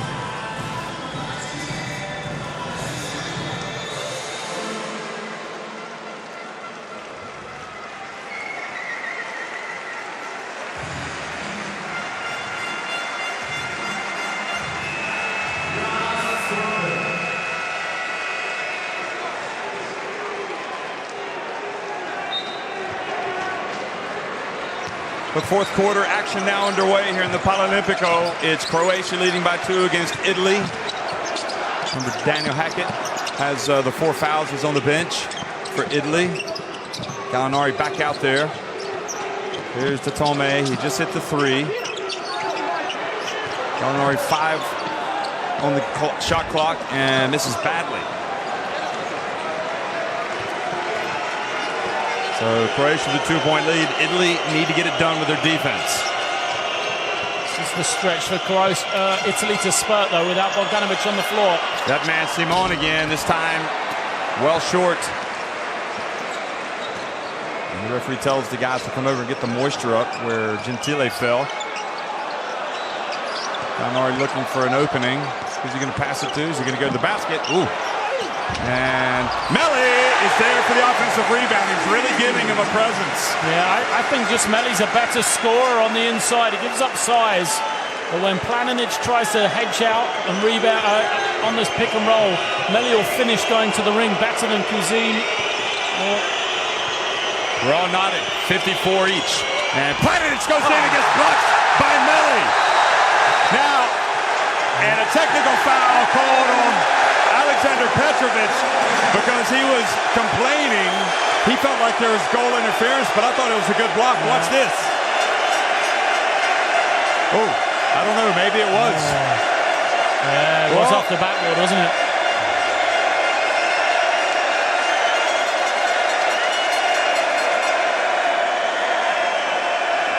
At first look, I thought it was absolutely a clean block.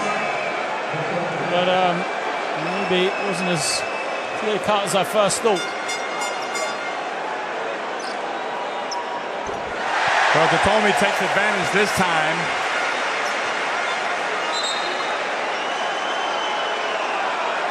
Petrovic is trying to tell him that his assistants have looked at it on replay and had it confirmed that it was goal interference, and the referee just told him to sit down. Well, she's just got to make, calm their heads again now. Bad call or not, there's 8 minutes to go, 8.5 minutes. Yeah. Now Aradori, back out to Gallinari, it's online, and it doesn't go in. And it goes off Aradori, back over to Croatia. Great work from Babic in there. The other guys boxed out. Planinic did a good job holding people off. Babic just went and got it for his team.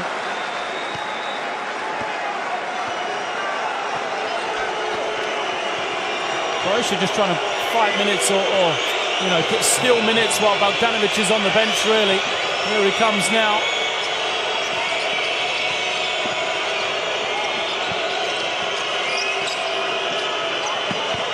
And Šarić gets inside. Foul called on Datome. Yeah, Datome slipped. He had to rush back to get into the play. From that moment on, he knew Šarić had the advantage. That's why he just went and fouled him. Didn't give him the score. That's smart. Here comes Bogdanovic. So they've got about 2-3 minutes of him on the bench. Zonia also coming in for Luka Babic. I'll tell you, Petrovic is just egging the referee. He's not doing himself any favors here. He needs to worry about coaching. He's got to make the calls for his team. It's almost a distraction for his team, right? Šarić is at the line.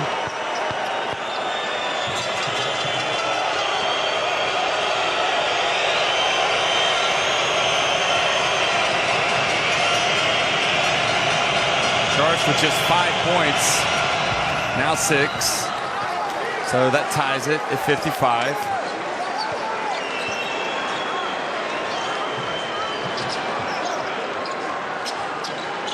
Less than 8 minutes remaining. Gentile fades back, misses. Šarić with the rebound.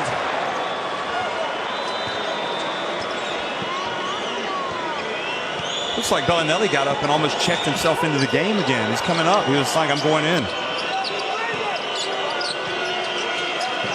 And Melli going for the steal there. Ukic inside, and another foul called on Datome, battling Šarić.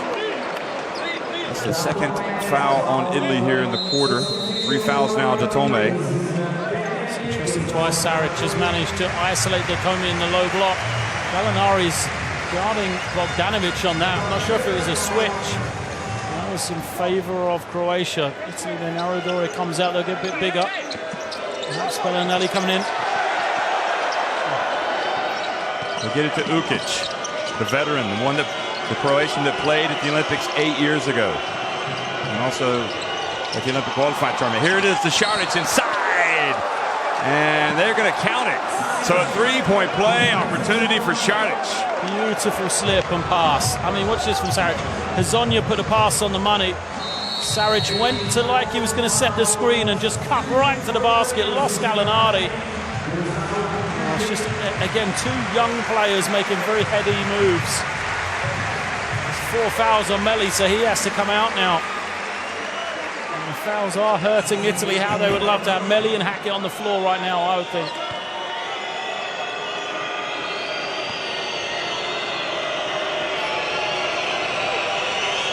So Šarić back at the line.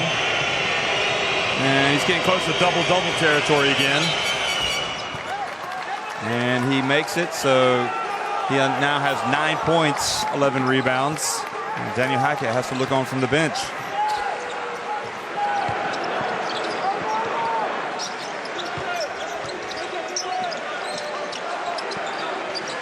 Good time for Bellinelli to hit a three, get the crowd into it again.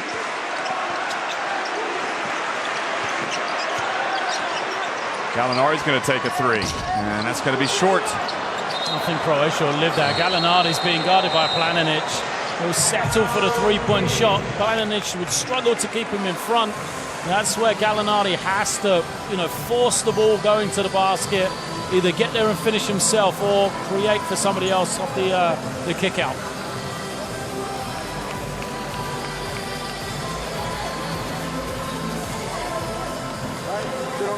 Italy just 3 3-pointers. Croatia have the 7, and inside the arc, Italy better.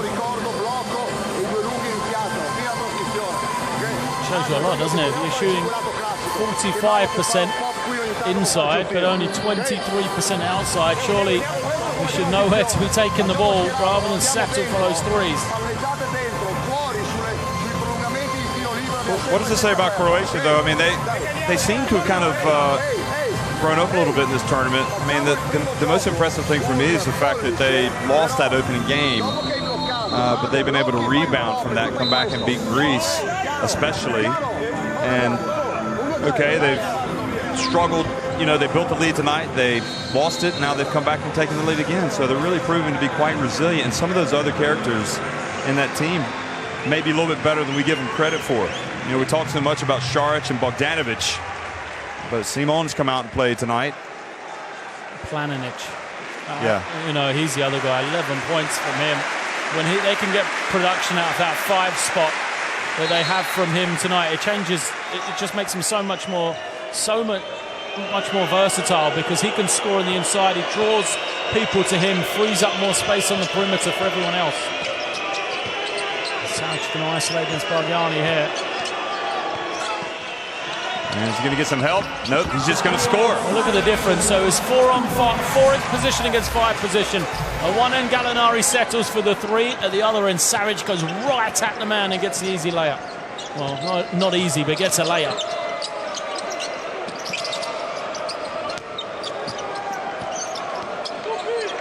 Gallinari has to beat Bogdanović, and Bogdanović commits the foul. 3 fouls on him. Here it is again. Šarić goes right past Bargnani.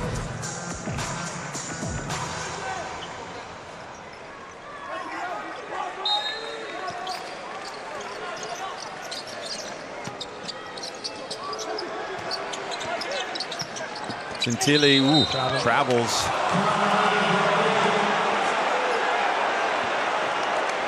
This is where Hackett, is so good with the post game ability to use his strength and get to the basket, and defensively as well. Even though Bogdanović hasn't scored in this second half, and Ryan Q. Hackett walks up a little bit early, I think. Bogdanović from the right, that was short, and nobody was able to get the rebound. Now in the corner, Bogdanović. He won't miss them all night long here. He's going to make some. 2 on the clock, I don't think they know.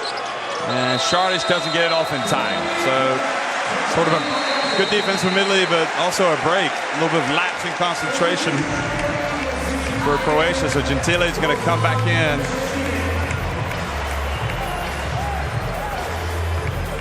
So a bit early for Hackett. I think they'd have preferred another minute, but they need him on the floor, down 5.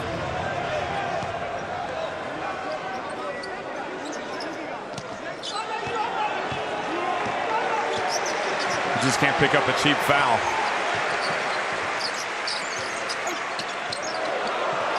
Bellinelli trying to get away from Ukic. And then he passes. Ball knocked out of bounds. It'll be Italy's ball, 10 seconds on the shot clock. Make sure they pick the right opportunity, Italy. They don't have to force if it's not there. Don't be passive from beyond the 3-point line. They're looking for Bellinelli. Bellinelli throws it away. Here comes Bogdanovic. And they wanted an unsportsmanlike.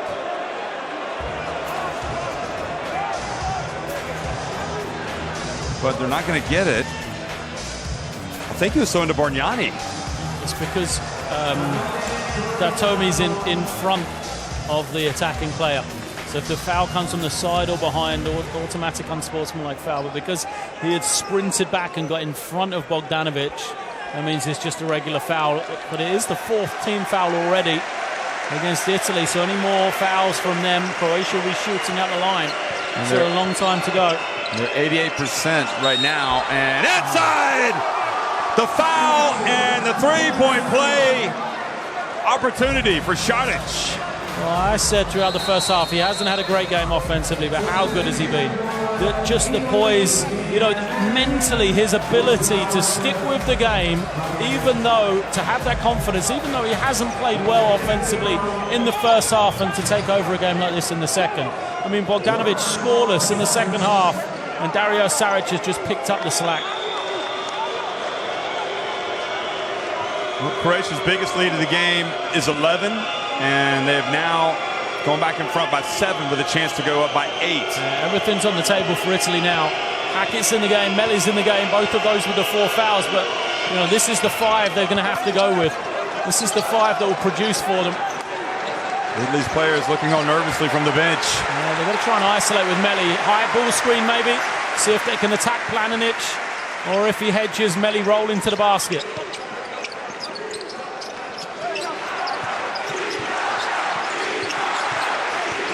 5 on the shot clock. Datome, he puts up a 3.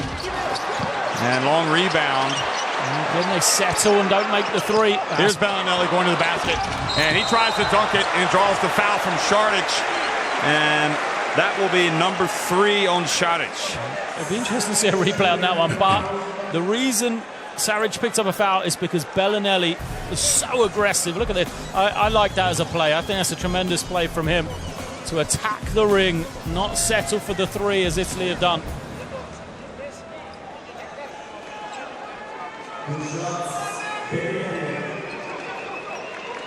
So 4:44 remaining, and it's an 8-point lead for Croatia.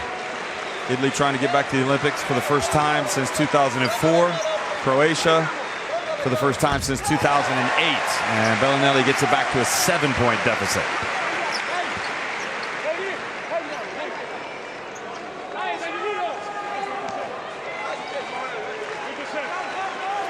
Bellinelli might have to be the guy for Italy, win or lose.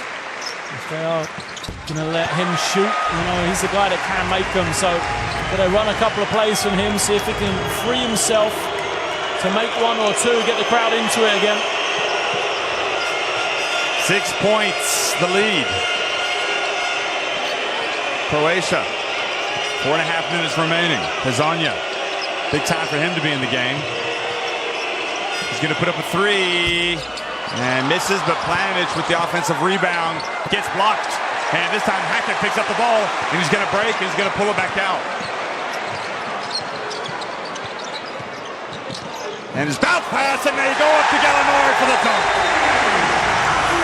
Is that questionable shot selection at the other end from Hezonja? And Bogdanovic reaches down like he's been hurt. Here's another look at it. Twisted his ankle a bit.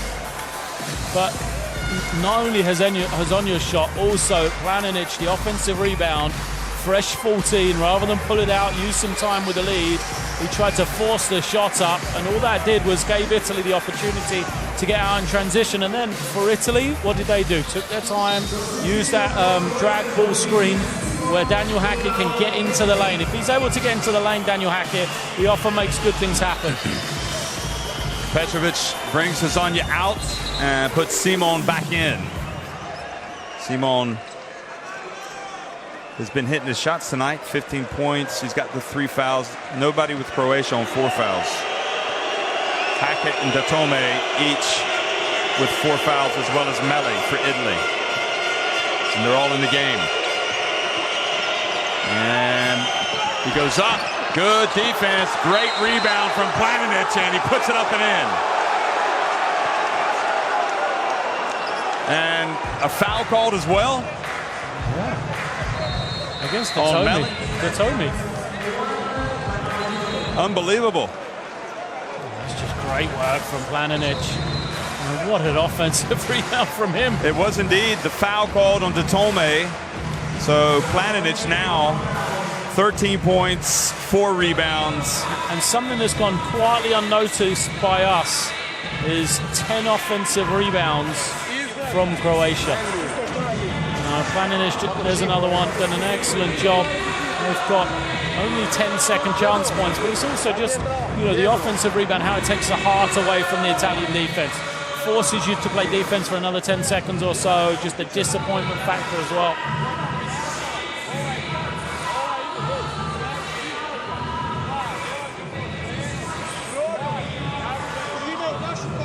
Well, Croatia have to prove they can close this thing out. But they're not really showing signs of cracking right now. And the impressive thing is as well that they're getting points without Bogdanovic. I mean, he's still got 17. He hasn't scored in the second half. Well, they're the ones making all the plays, aren't they? Croatia, every time there's a step-up play, it's Saric in the low post, it's Planinic on the offensive rebound. Who's going to do it for Italy? Who's going to be the one that steps up? Well, Saric with the 14 points, 12 rebounds is those are numbers you just can't ignore. Tommy fouled out on that foul as well, so he's gone. And Aladore is in. Rather than Gentile, interesting.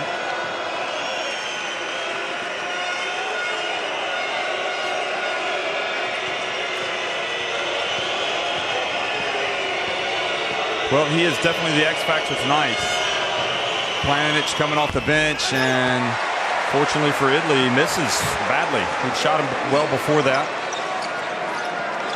But Italy with plenty of time.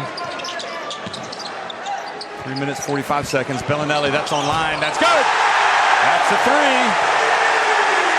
And just like that, the lead is cut in half. Well, that's a huge 3 from Bellinelli. Not only for the points, look at the crowd on their feet on that far side. They are going nuts inside the Palo-Olimpico. Simo now gets inside, passes back to Šarović for 3. Off the front of the rim. Italy need to play with a calm head. Don't force a 3 if they don't, if it's not there. That Bellinelli 3 is really giving this Italy team some hope now. Hackett gets in, puts up the layup and in. It's a 1-point game. That's why Hackett has to be on the floor. 7 points. He's got the 4 fouls. It's all happening right now here in Turin. This crowd is as loud as it's been all week. Ukic puts up a 3, and Planinic comes in, the offensive rebound.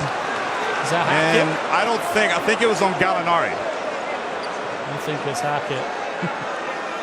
Oh yeah, it's Gallinari. His 4th. Boy, you just cannot say enough about Planinic. So now Gallinari with 4 fouls. So this is a war of attrition for Italy, that's for sure. Planinic, 13 points, 5 rebounds, but 4 offensive rebounds for him.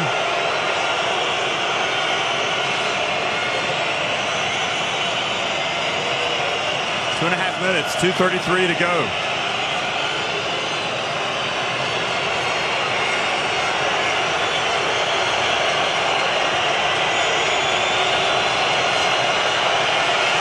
Planinic has to take it in a very loud arena and misses, as you can hear.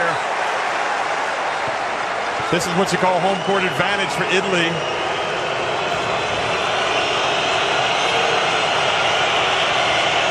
It's just getting louder and louder. See, he had made his first 3. Yeah. Now he's missed his last 2.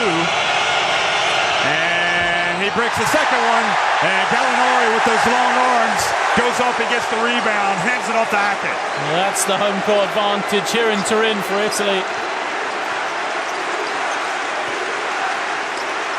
Bellinelli puts up a 3, that's off.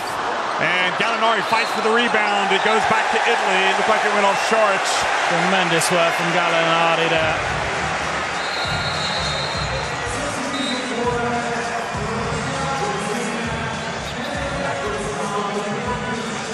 Interesting. Croatia, after planning, she's been playing so well, offensively rebounding. They're going to go really small here now. Hezonja's in. Maybe they feel slow-footed defensively. No, Get him a break just for a minute and put him back out there. Italy's got to go to Meli. He's being guarded by Bogdanovic. Put him in the low block. And now Gallinari on the switch against Simon. Šarić is going to be there to help out, though. And, oh, beautiful pass! Meli! Gallinari right into perfection. Croatia looked like they were getting ready to get to the finish line, and Italy have stormed back to take the lead. Simon. And a foul called on Gallinari, and he has fouled out of the game. And Gallinari is pointing to his eye to say, I got a finger in the eye. Yeah, the foul was before that, though, wasn't it? Yeah. That's the thing. He put his hands on the man as he was driving. Croatia got to find a way to get Bogdanovic involved in this. He hasn't scored in the second half, but in that offense, he was on the far side, just stood in the corner. That is a major, major sequence. As you look at Gallinari leave the court, you could just feel like he was playing his best basketball of the tournament, and Italy kind of, I mean, they need all of those guys out there. Yeah. Do they have enough to get to the finish line? They are now leading by one. And Simon, see what kind of blood he's got in his veins. Well, he's a guy that's been there before. Miroslav Simon, one of the more experienced heads on this Croatian team, isn't he? Plays his club basketball in Italy. 30 years of age. He's the oldest guy on the team.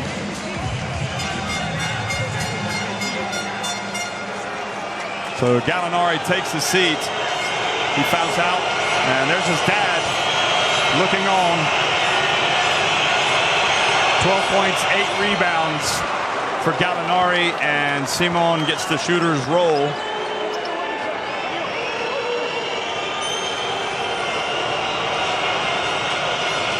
Gallinari sitting next to Pepe Poeta. And it's going to be a nervous finish here now. And Simon sinks both. He does have ice running in his veins. Now, Bellinelli. Really put up a three while they try to get something inside. Bellinelli trying to post up here. And Bellinelli gets in and draws the contact. Smart play from Bellinelli. Put it on the floor. He felt the contact and just kind of jumped into Hezonja. Knew he'd get to the line. Hezonja didn't establish his position. Let's see, just the right hand was down, and then Hezonja wasn't straight up either, was he? Miroslav Simon there just put Croatia back in front.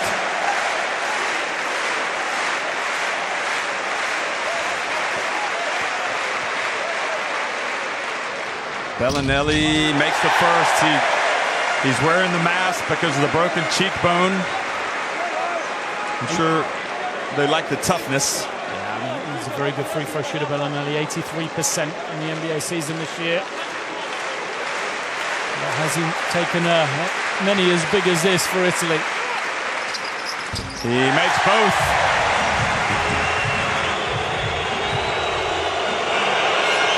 So Italy back in front now, 1:20 remaining. Bogdanovic pulls up and hits it. That's why they've got to go to him, man. I mean, you say about ice water in the veins, that's just so smooth from Bogdanovic there. And Ukic trying to get the foul called on Bellinelli.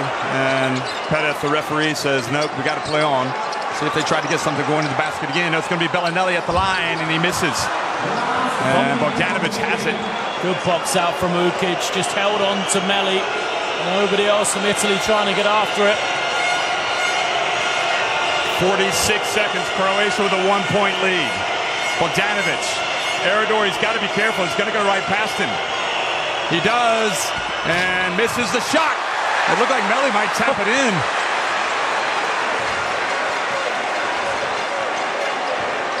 Bellinelli takes the pick. He's going to go hard. He's going to miss it, but Melli is there. Italy scrap. Simon with the rebound. 22.7 seconds, and Italy have to foul. Still plenty of time to go in this one, though. Even if he makes both free throws, it's still going to be a one-possession game. Italy have the chance to hit the 3 to tie, and 20 seconds is a long time. You see that play there? It looked like Messina came running out, telling Bellinelli to pass it over to Hackett. But Bellinelli went to his right when he got the pick. And we've just seen Simon make a couple of free throws. He has a chance now to take it up to a 3-point lead. And it rims out. And they could also, if they had gone up by 3, of course, they could foul. Croatia still have a foul to give.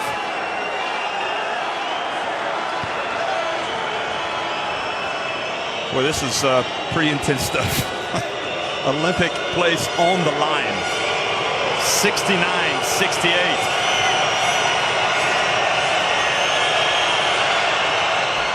Simon makes 1 of 2.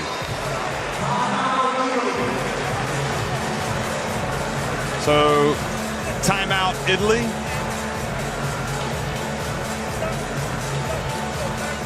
Where do you go if you're Italy? What do you run? Advance the ball. Yeah, it's going to be interesting to see. I mean, Bellinelli's been kind of the go-to guy for them, but... Do you hold it for 1? No, you got to go early just to allow yourself to rebound. Well, yeah, so you just go... Yeah. I think you just take whenever it's there. Yeah. You don't wait. If you get a 3 for the right guy, you can take it. But the most important thing for me, I think Italy have got to crash the glass. They have nobody trying to rebound for them at all. Now the other question is, do Croatia wait, foul to use the foul that they have, and then foul again to send Italy to the line? I don't know. You just saw those numbers with the graphic, 14 of 15 at the line for Italy, but of course they're tougher to make at this time of the game. That's the option if you're Croatia. If you foul them twice, Italy have to make free throws. If you do it early, if they miss, then it's meant that they've only got 1 point from the line, and you get the ball back. Even if they make both of them, if you do it with about 10 seconds to go, you've still got the opportunity to get a shot away.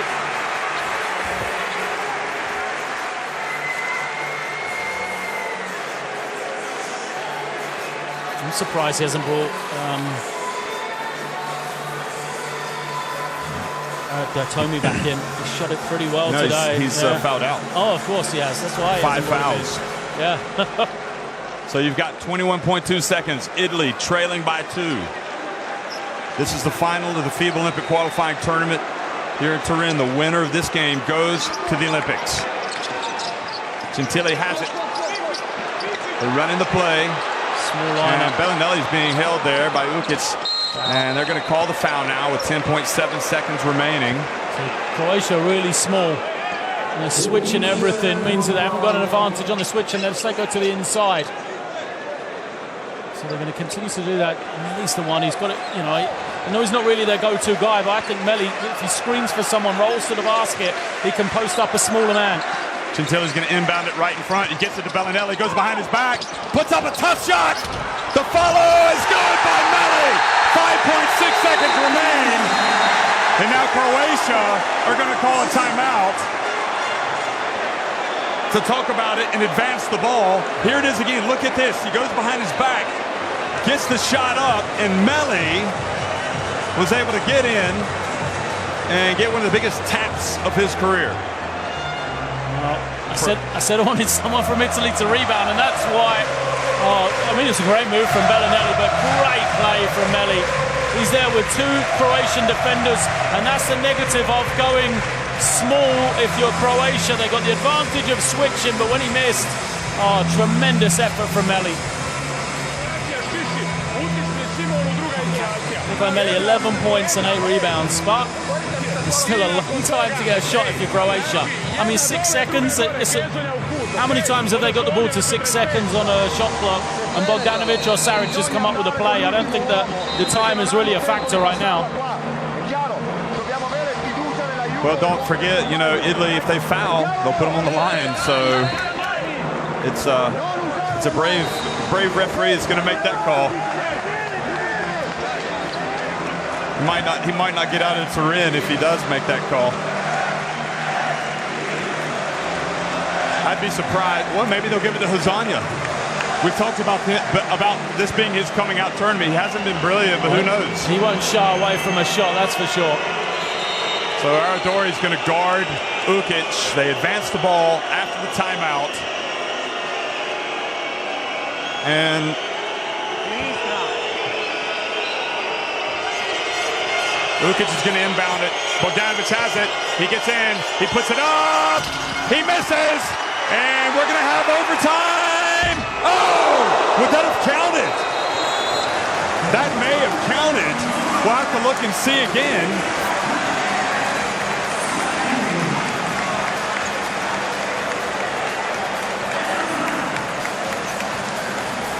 $70-all, we're going to overtime.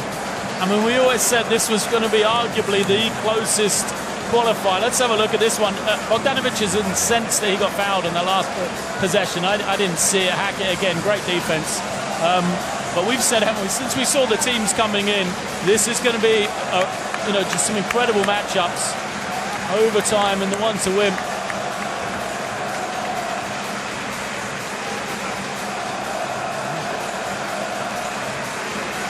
Well, I think they did a good job of getting it to their man that they needed to get it to. If you're gonna, you get it to Bogdanovic, don't you? Even though he hasn't scored that many points in the second half, just 2 points in the second half.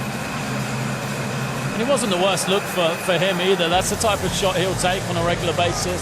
Other people would say it's pretty hard, but this is the play. We said Croatia have had guys stepping up, and Nicolo Melli has stepped up there for Italy. Tremendous work on the offensive glass.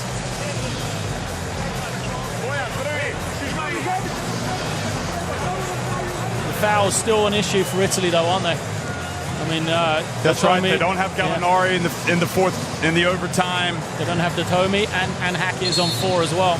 I wonder if he'll come out early in the overtime.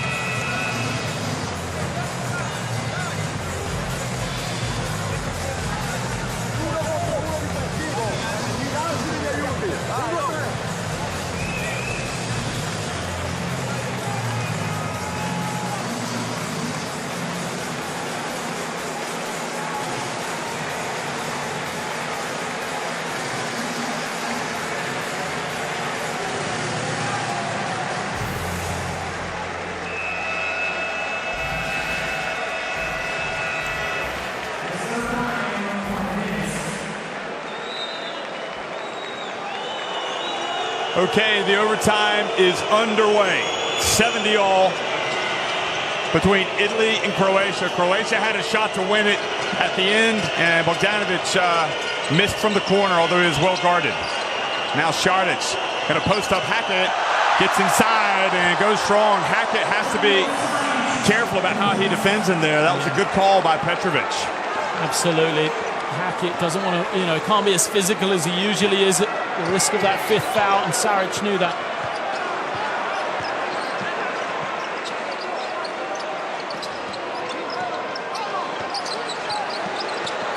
Bellinelli for 3. Now it's interesting, isn't it? Croatia go inside the Šarić. Italy settle for a 3.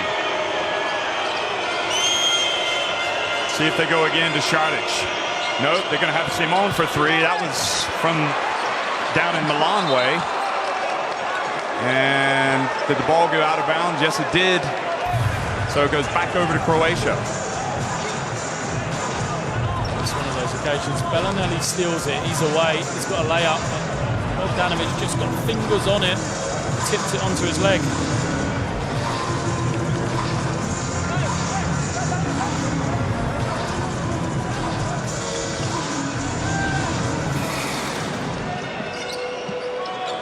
Italy bench looking on nervously. Ukic, Simon. Now Šarić gets inside, lost it, but is able to bat it. Now Bogdanović for three. And Šarić goes up for the board. Another opportunity for Croatia. 3.5 minutes remaining now. Simon wide open. Good! 5-point lead for Croatia. And all about the dive of Dario Saric. Once again, he dove to the basket. Didn't see who it was. Supposed to be guarding Simon. Had to sprint in to take away Dario Saric, and that just left him open in the corner. 6 threes, Simon. Aradori's going to put up a jumper. Good! A three! Boy, talk about clutch. What a time for your first points of the game. Unbelievable. I mean, what a three. And Petrovic will ask for a timeout for the next dead ball. Ukic.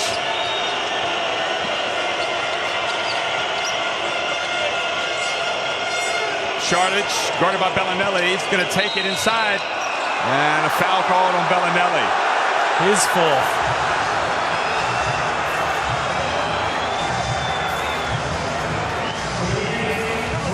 All the confidence in the world for Aradore. Well, you got to play the game, don't you? You got to play with confidence. And this was Simon before that. Kissing his jersey after he made that. 4 fouls. Boy, we're going to see some people coming off the bench here shortly. You'd feel for Italy, because they have got all kinds of foul trouble. Look at Hezonja looking on. Or no, that's Kruselin looking on. I thought it was Hezonja. Hezonja's on the floor. I hope he's not praying. Šarić. And clutch free throws. He goes to 17 points and 13 rebounds. He was an absolute superstar of a junior, Dario Saric. You know, so well regarded as a junior player. And now this is his time at senior international, isn't it? You know, the ability is just starting to come through for him. He makes both. Could end up mentioning him in the same breath, talking about the greats of Croatian basketball like Kukoc and Petrovic.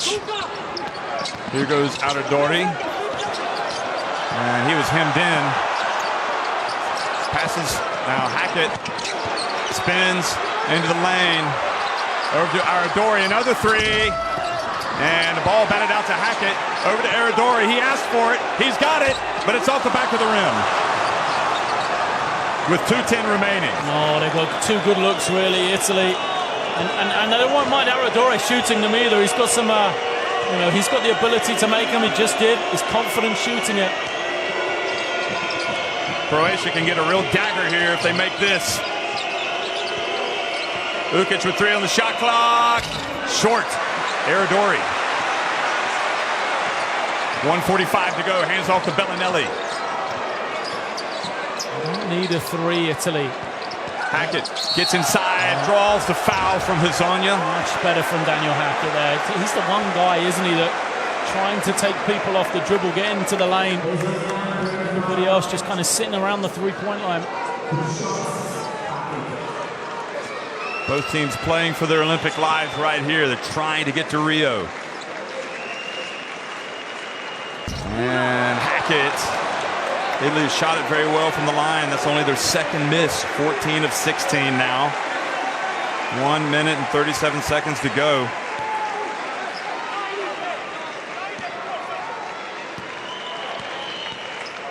Gallinari's fouled out. Has to watch. And the second one is good. Šarić is going to inbound it to Ukic again.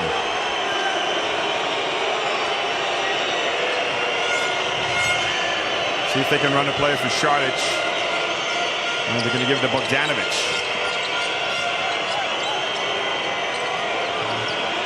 Is he going to go or is he going to put one up? He's going to go right at Melli and gets it to Hezonja. They pass it back to Bogdanović for 3. Good! That is a dagger, and look at Coach Petrovic. Oh, great team basketball from Croatia. They had all the options on that far side, but credit again Ukic and Hezonja with the extra pass. And Bellinelli puts up a shot and is fouled. If he'd made that, it would have been a three-point play opportunity. You don't have to panic here, Italy, though. I mean, the crowd are emotional, obviously, but don't worry yet. You can make from the line here. You can cut the lead to 4. You've still got a minute to go. You get there at least 2 more shots. Yeah. The 3 that takes Bogdanovic to 22 points. He had 17 in the first half.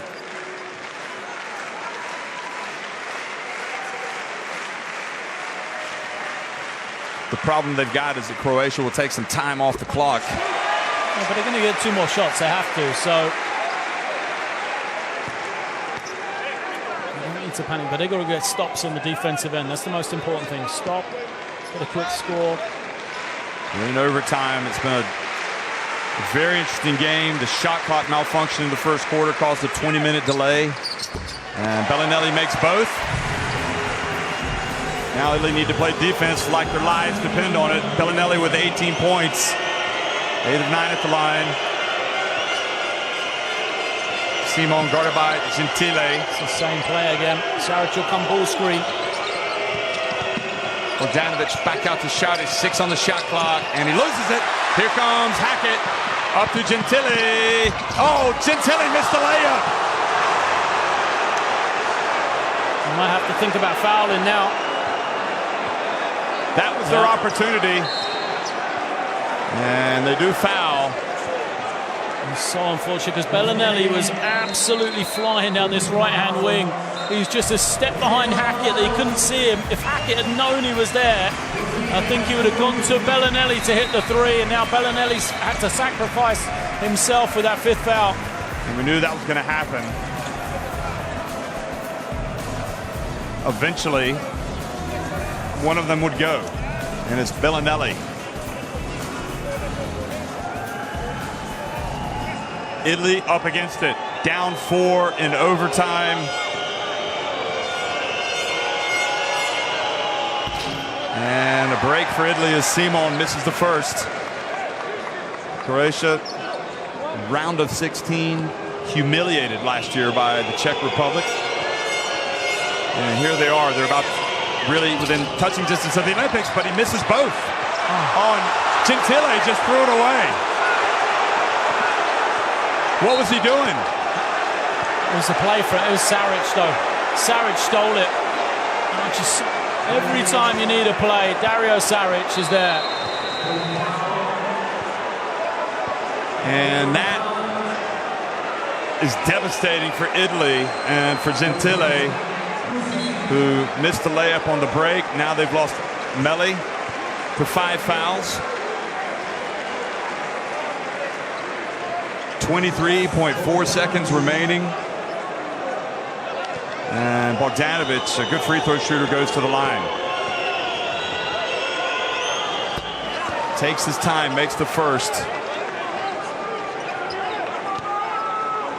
If he makes it, they've got to go for a 3. If he misses, you do have the option of Daniel Hackett just go in immediately to the ring, try and get a quick 2, see if he can draw a foul as well. It's got to be a 3 now. It's 6 down. No, so Italy will call timeout. See Perisic there, the Croatian international football player, watching. And Italy come over to the bench, down 6, and I guess you could say needing a miracle, maybe. But the thing is, with this margin, what Croatia will do is they'll go small and possibly even just foul as soon as it comes in. Put you to the line for 2 rather than let you shoot a 3. Yeah, I mean, even if you make 2 and they miss 2, time's just going to be ticking away. So it's Croatia hold all the cards right now. They've got all the options. Italy need a miracle, really. And the other problem that Italy have got, you know, who's going to make the 3 for them? Hackett's not a great shooter. Cousin's just had to come in. He's not going to make them. Aradori. Yeah, Aradori will step up without a doubt. Gentile's struggled throughout. Tonal's just stepped into the game, has barely played a minute.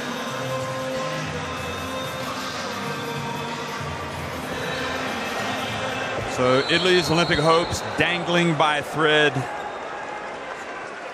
They will inbound it, and they're going to need something special.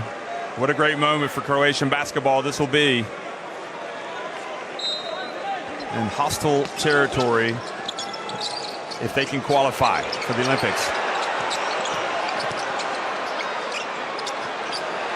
And Aradori gets it to Hackett at the line, and he gets that. So just in the lane, rather.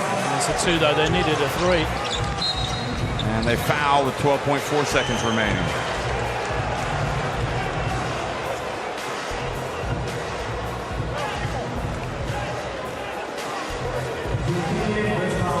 Well, Italy, I guess in a way, being punished for a slow start, partially. The foul trouble. 5 of 20 from beyond the three-point line hasn't helped as well.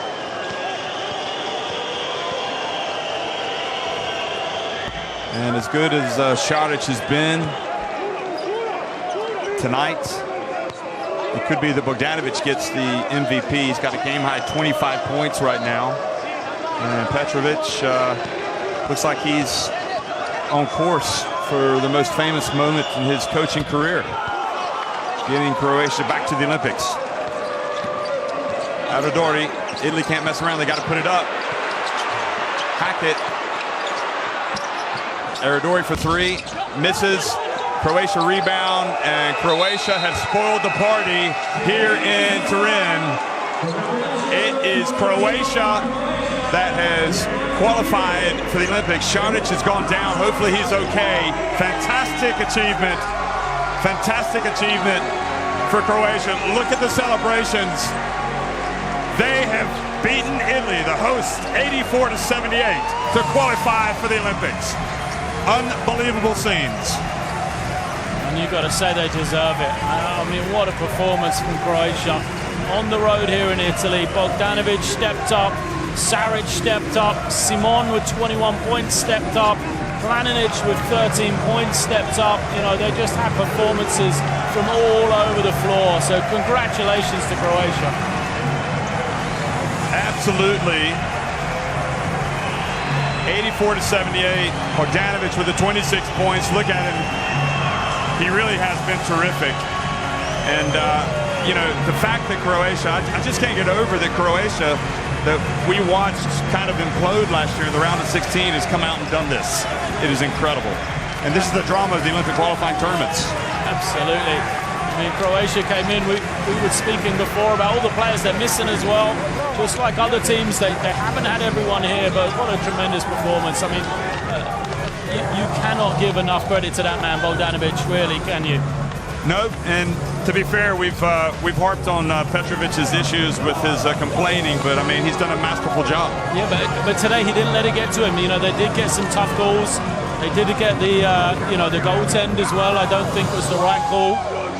But what a performance, and yeah, Coach Petrovic managed to keep his team so focused throughout overtime. He had all the play calls, you know. Well, Dario Šarić with 18 points, 13 rebounds. Simon with 21 points, 5 rebounds, 26 points, 6 rebounds for Bogdanović. Planinic, don't forget what he did. It really was a case of just everybody really stepping up tonight for Croatia. And don't forget, they also had to beat Greece. They had to take the real tough road to the title, or to the win here in Turin. I mean, no offense to Mexico, but really they're not quite the same force as Greece. And Croatia have come out and they're receiving some applause by this Italian crowd, which recognizes they've been the better team. Yeah, and the Croatians have recognized the fans as well for the fantastic atmosphere we've had here in Turin. They celebrated the Italian fans, who did make this a really good game. So as they celebrate, you know what? We've got two teams from the Balkans going, two teams from the Balkans going, because Serbia also won tonight, winning against Puerto Rico at home 108-77. So they've joined the Olympic field.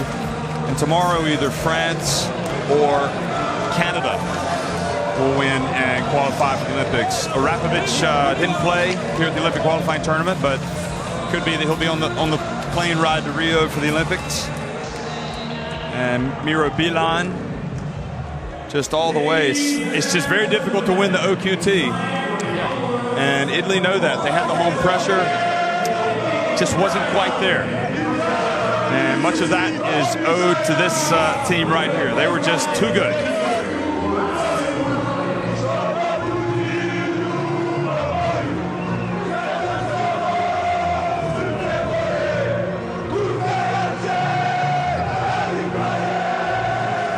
So the celebrations underway. Croatia going back to the Olympics. They made it in 2008. And they're going to announce the MVP of the OQT. And it has been won by Dario Saric, the MVP. So Dario Saric has been named the MVP of the Olympic qualifying tournament. He had the 18 points, the 13 rebounds. He also had the 11 points and the 10 rebounds in the first game against Italy, and also the 16. And it's a Tissot.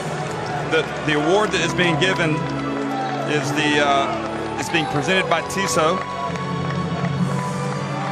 and it's Orazio Moratori, the president of FIBA, standing there with Dario Saric, presenting him the Tissot watch, the MVP watch. I think that could have easily gone to Bogdanovic as well, but I think Saric, it was one of the others, one of the two. I mean, the biggest travesty is you had to pick one of them, didn't you? Bogdanovic, 25 points a game he's scored. He's the tournament's leading scorer, and he hasn't won the award, but I think both of them have been absolutely brilliant. And really coming in, I thought it would be either Saric or Bogdanovic. I mean, they've been the two best players, most consistent. Look at Dino Radja on the right. He's here. Emotional moment for him because he knows what it's like to play at the Olympics. And it's just a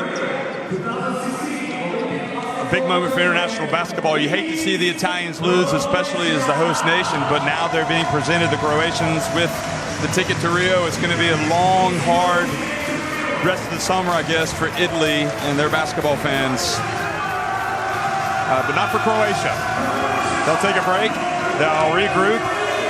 They have won the Rio ticket, the ticket to Rio, and I dare say they probably won't get much sleep tonight.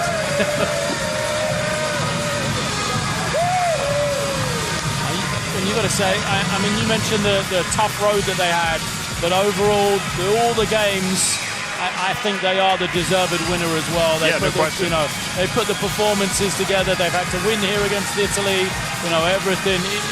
For Croatia to win is credit to them and how well they've done. So here you have it. To the far right, you see Serbia and Croatia have crashed the Olympic party, and the last ticket there will be decided between France and Canada. We've got Brazil as the host, the USA as the world champions making it. Nigeria is the AfroBasket winners last year. Argentina and Venezuela when they reached the final of the FIBA Americas Championship last year. Asian champions China, Spain and Lithuania who reached the final of the Eurobasket, and Australia who won the FIBA Oceania Championship. So now add a couple more European teams. You could end up having a clean sweep of European teams. That France-Canada game will be something else tomorrow. I can't wait to watch that one.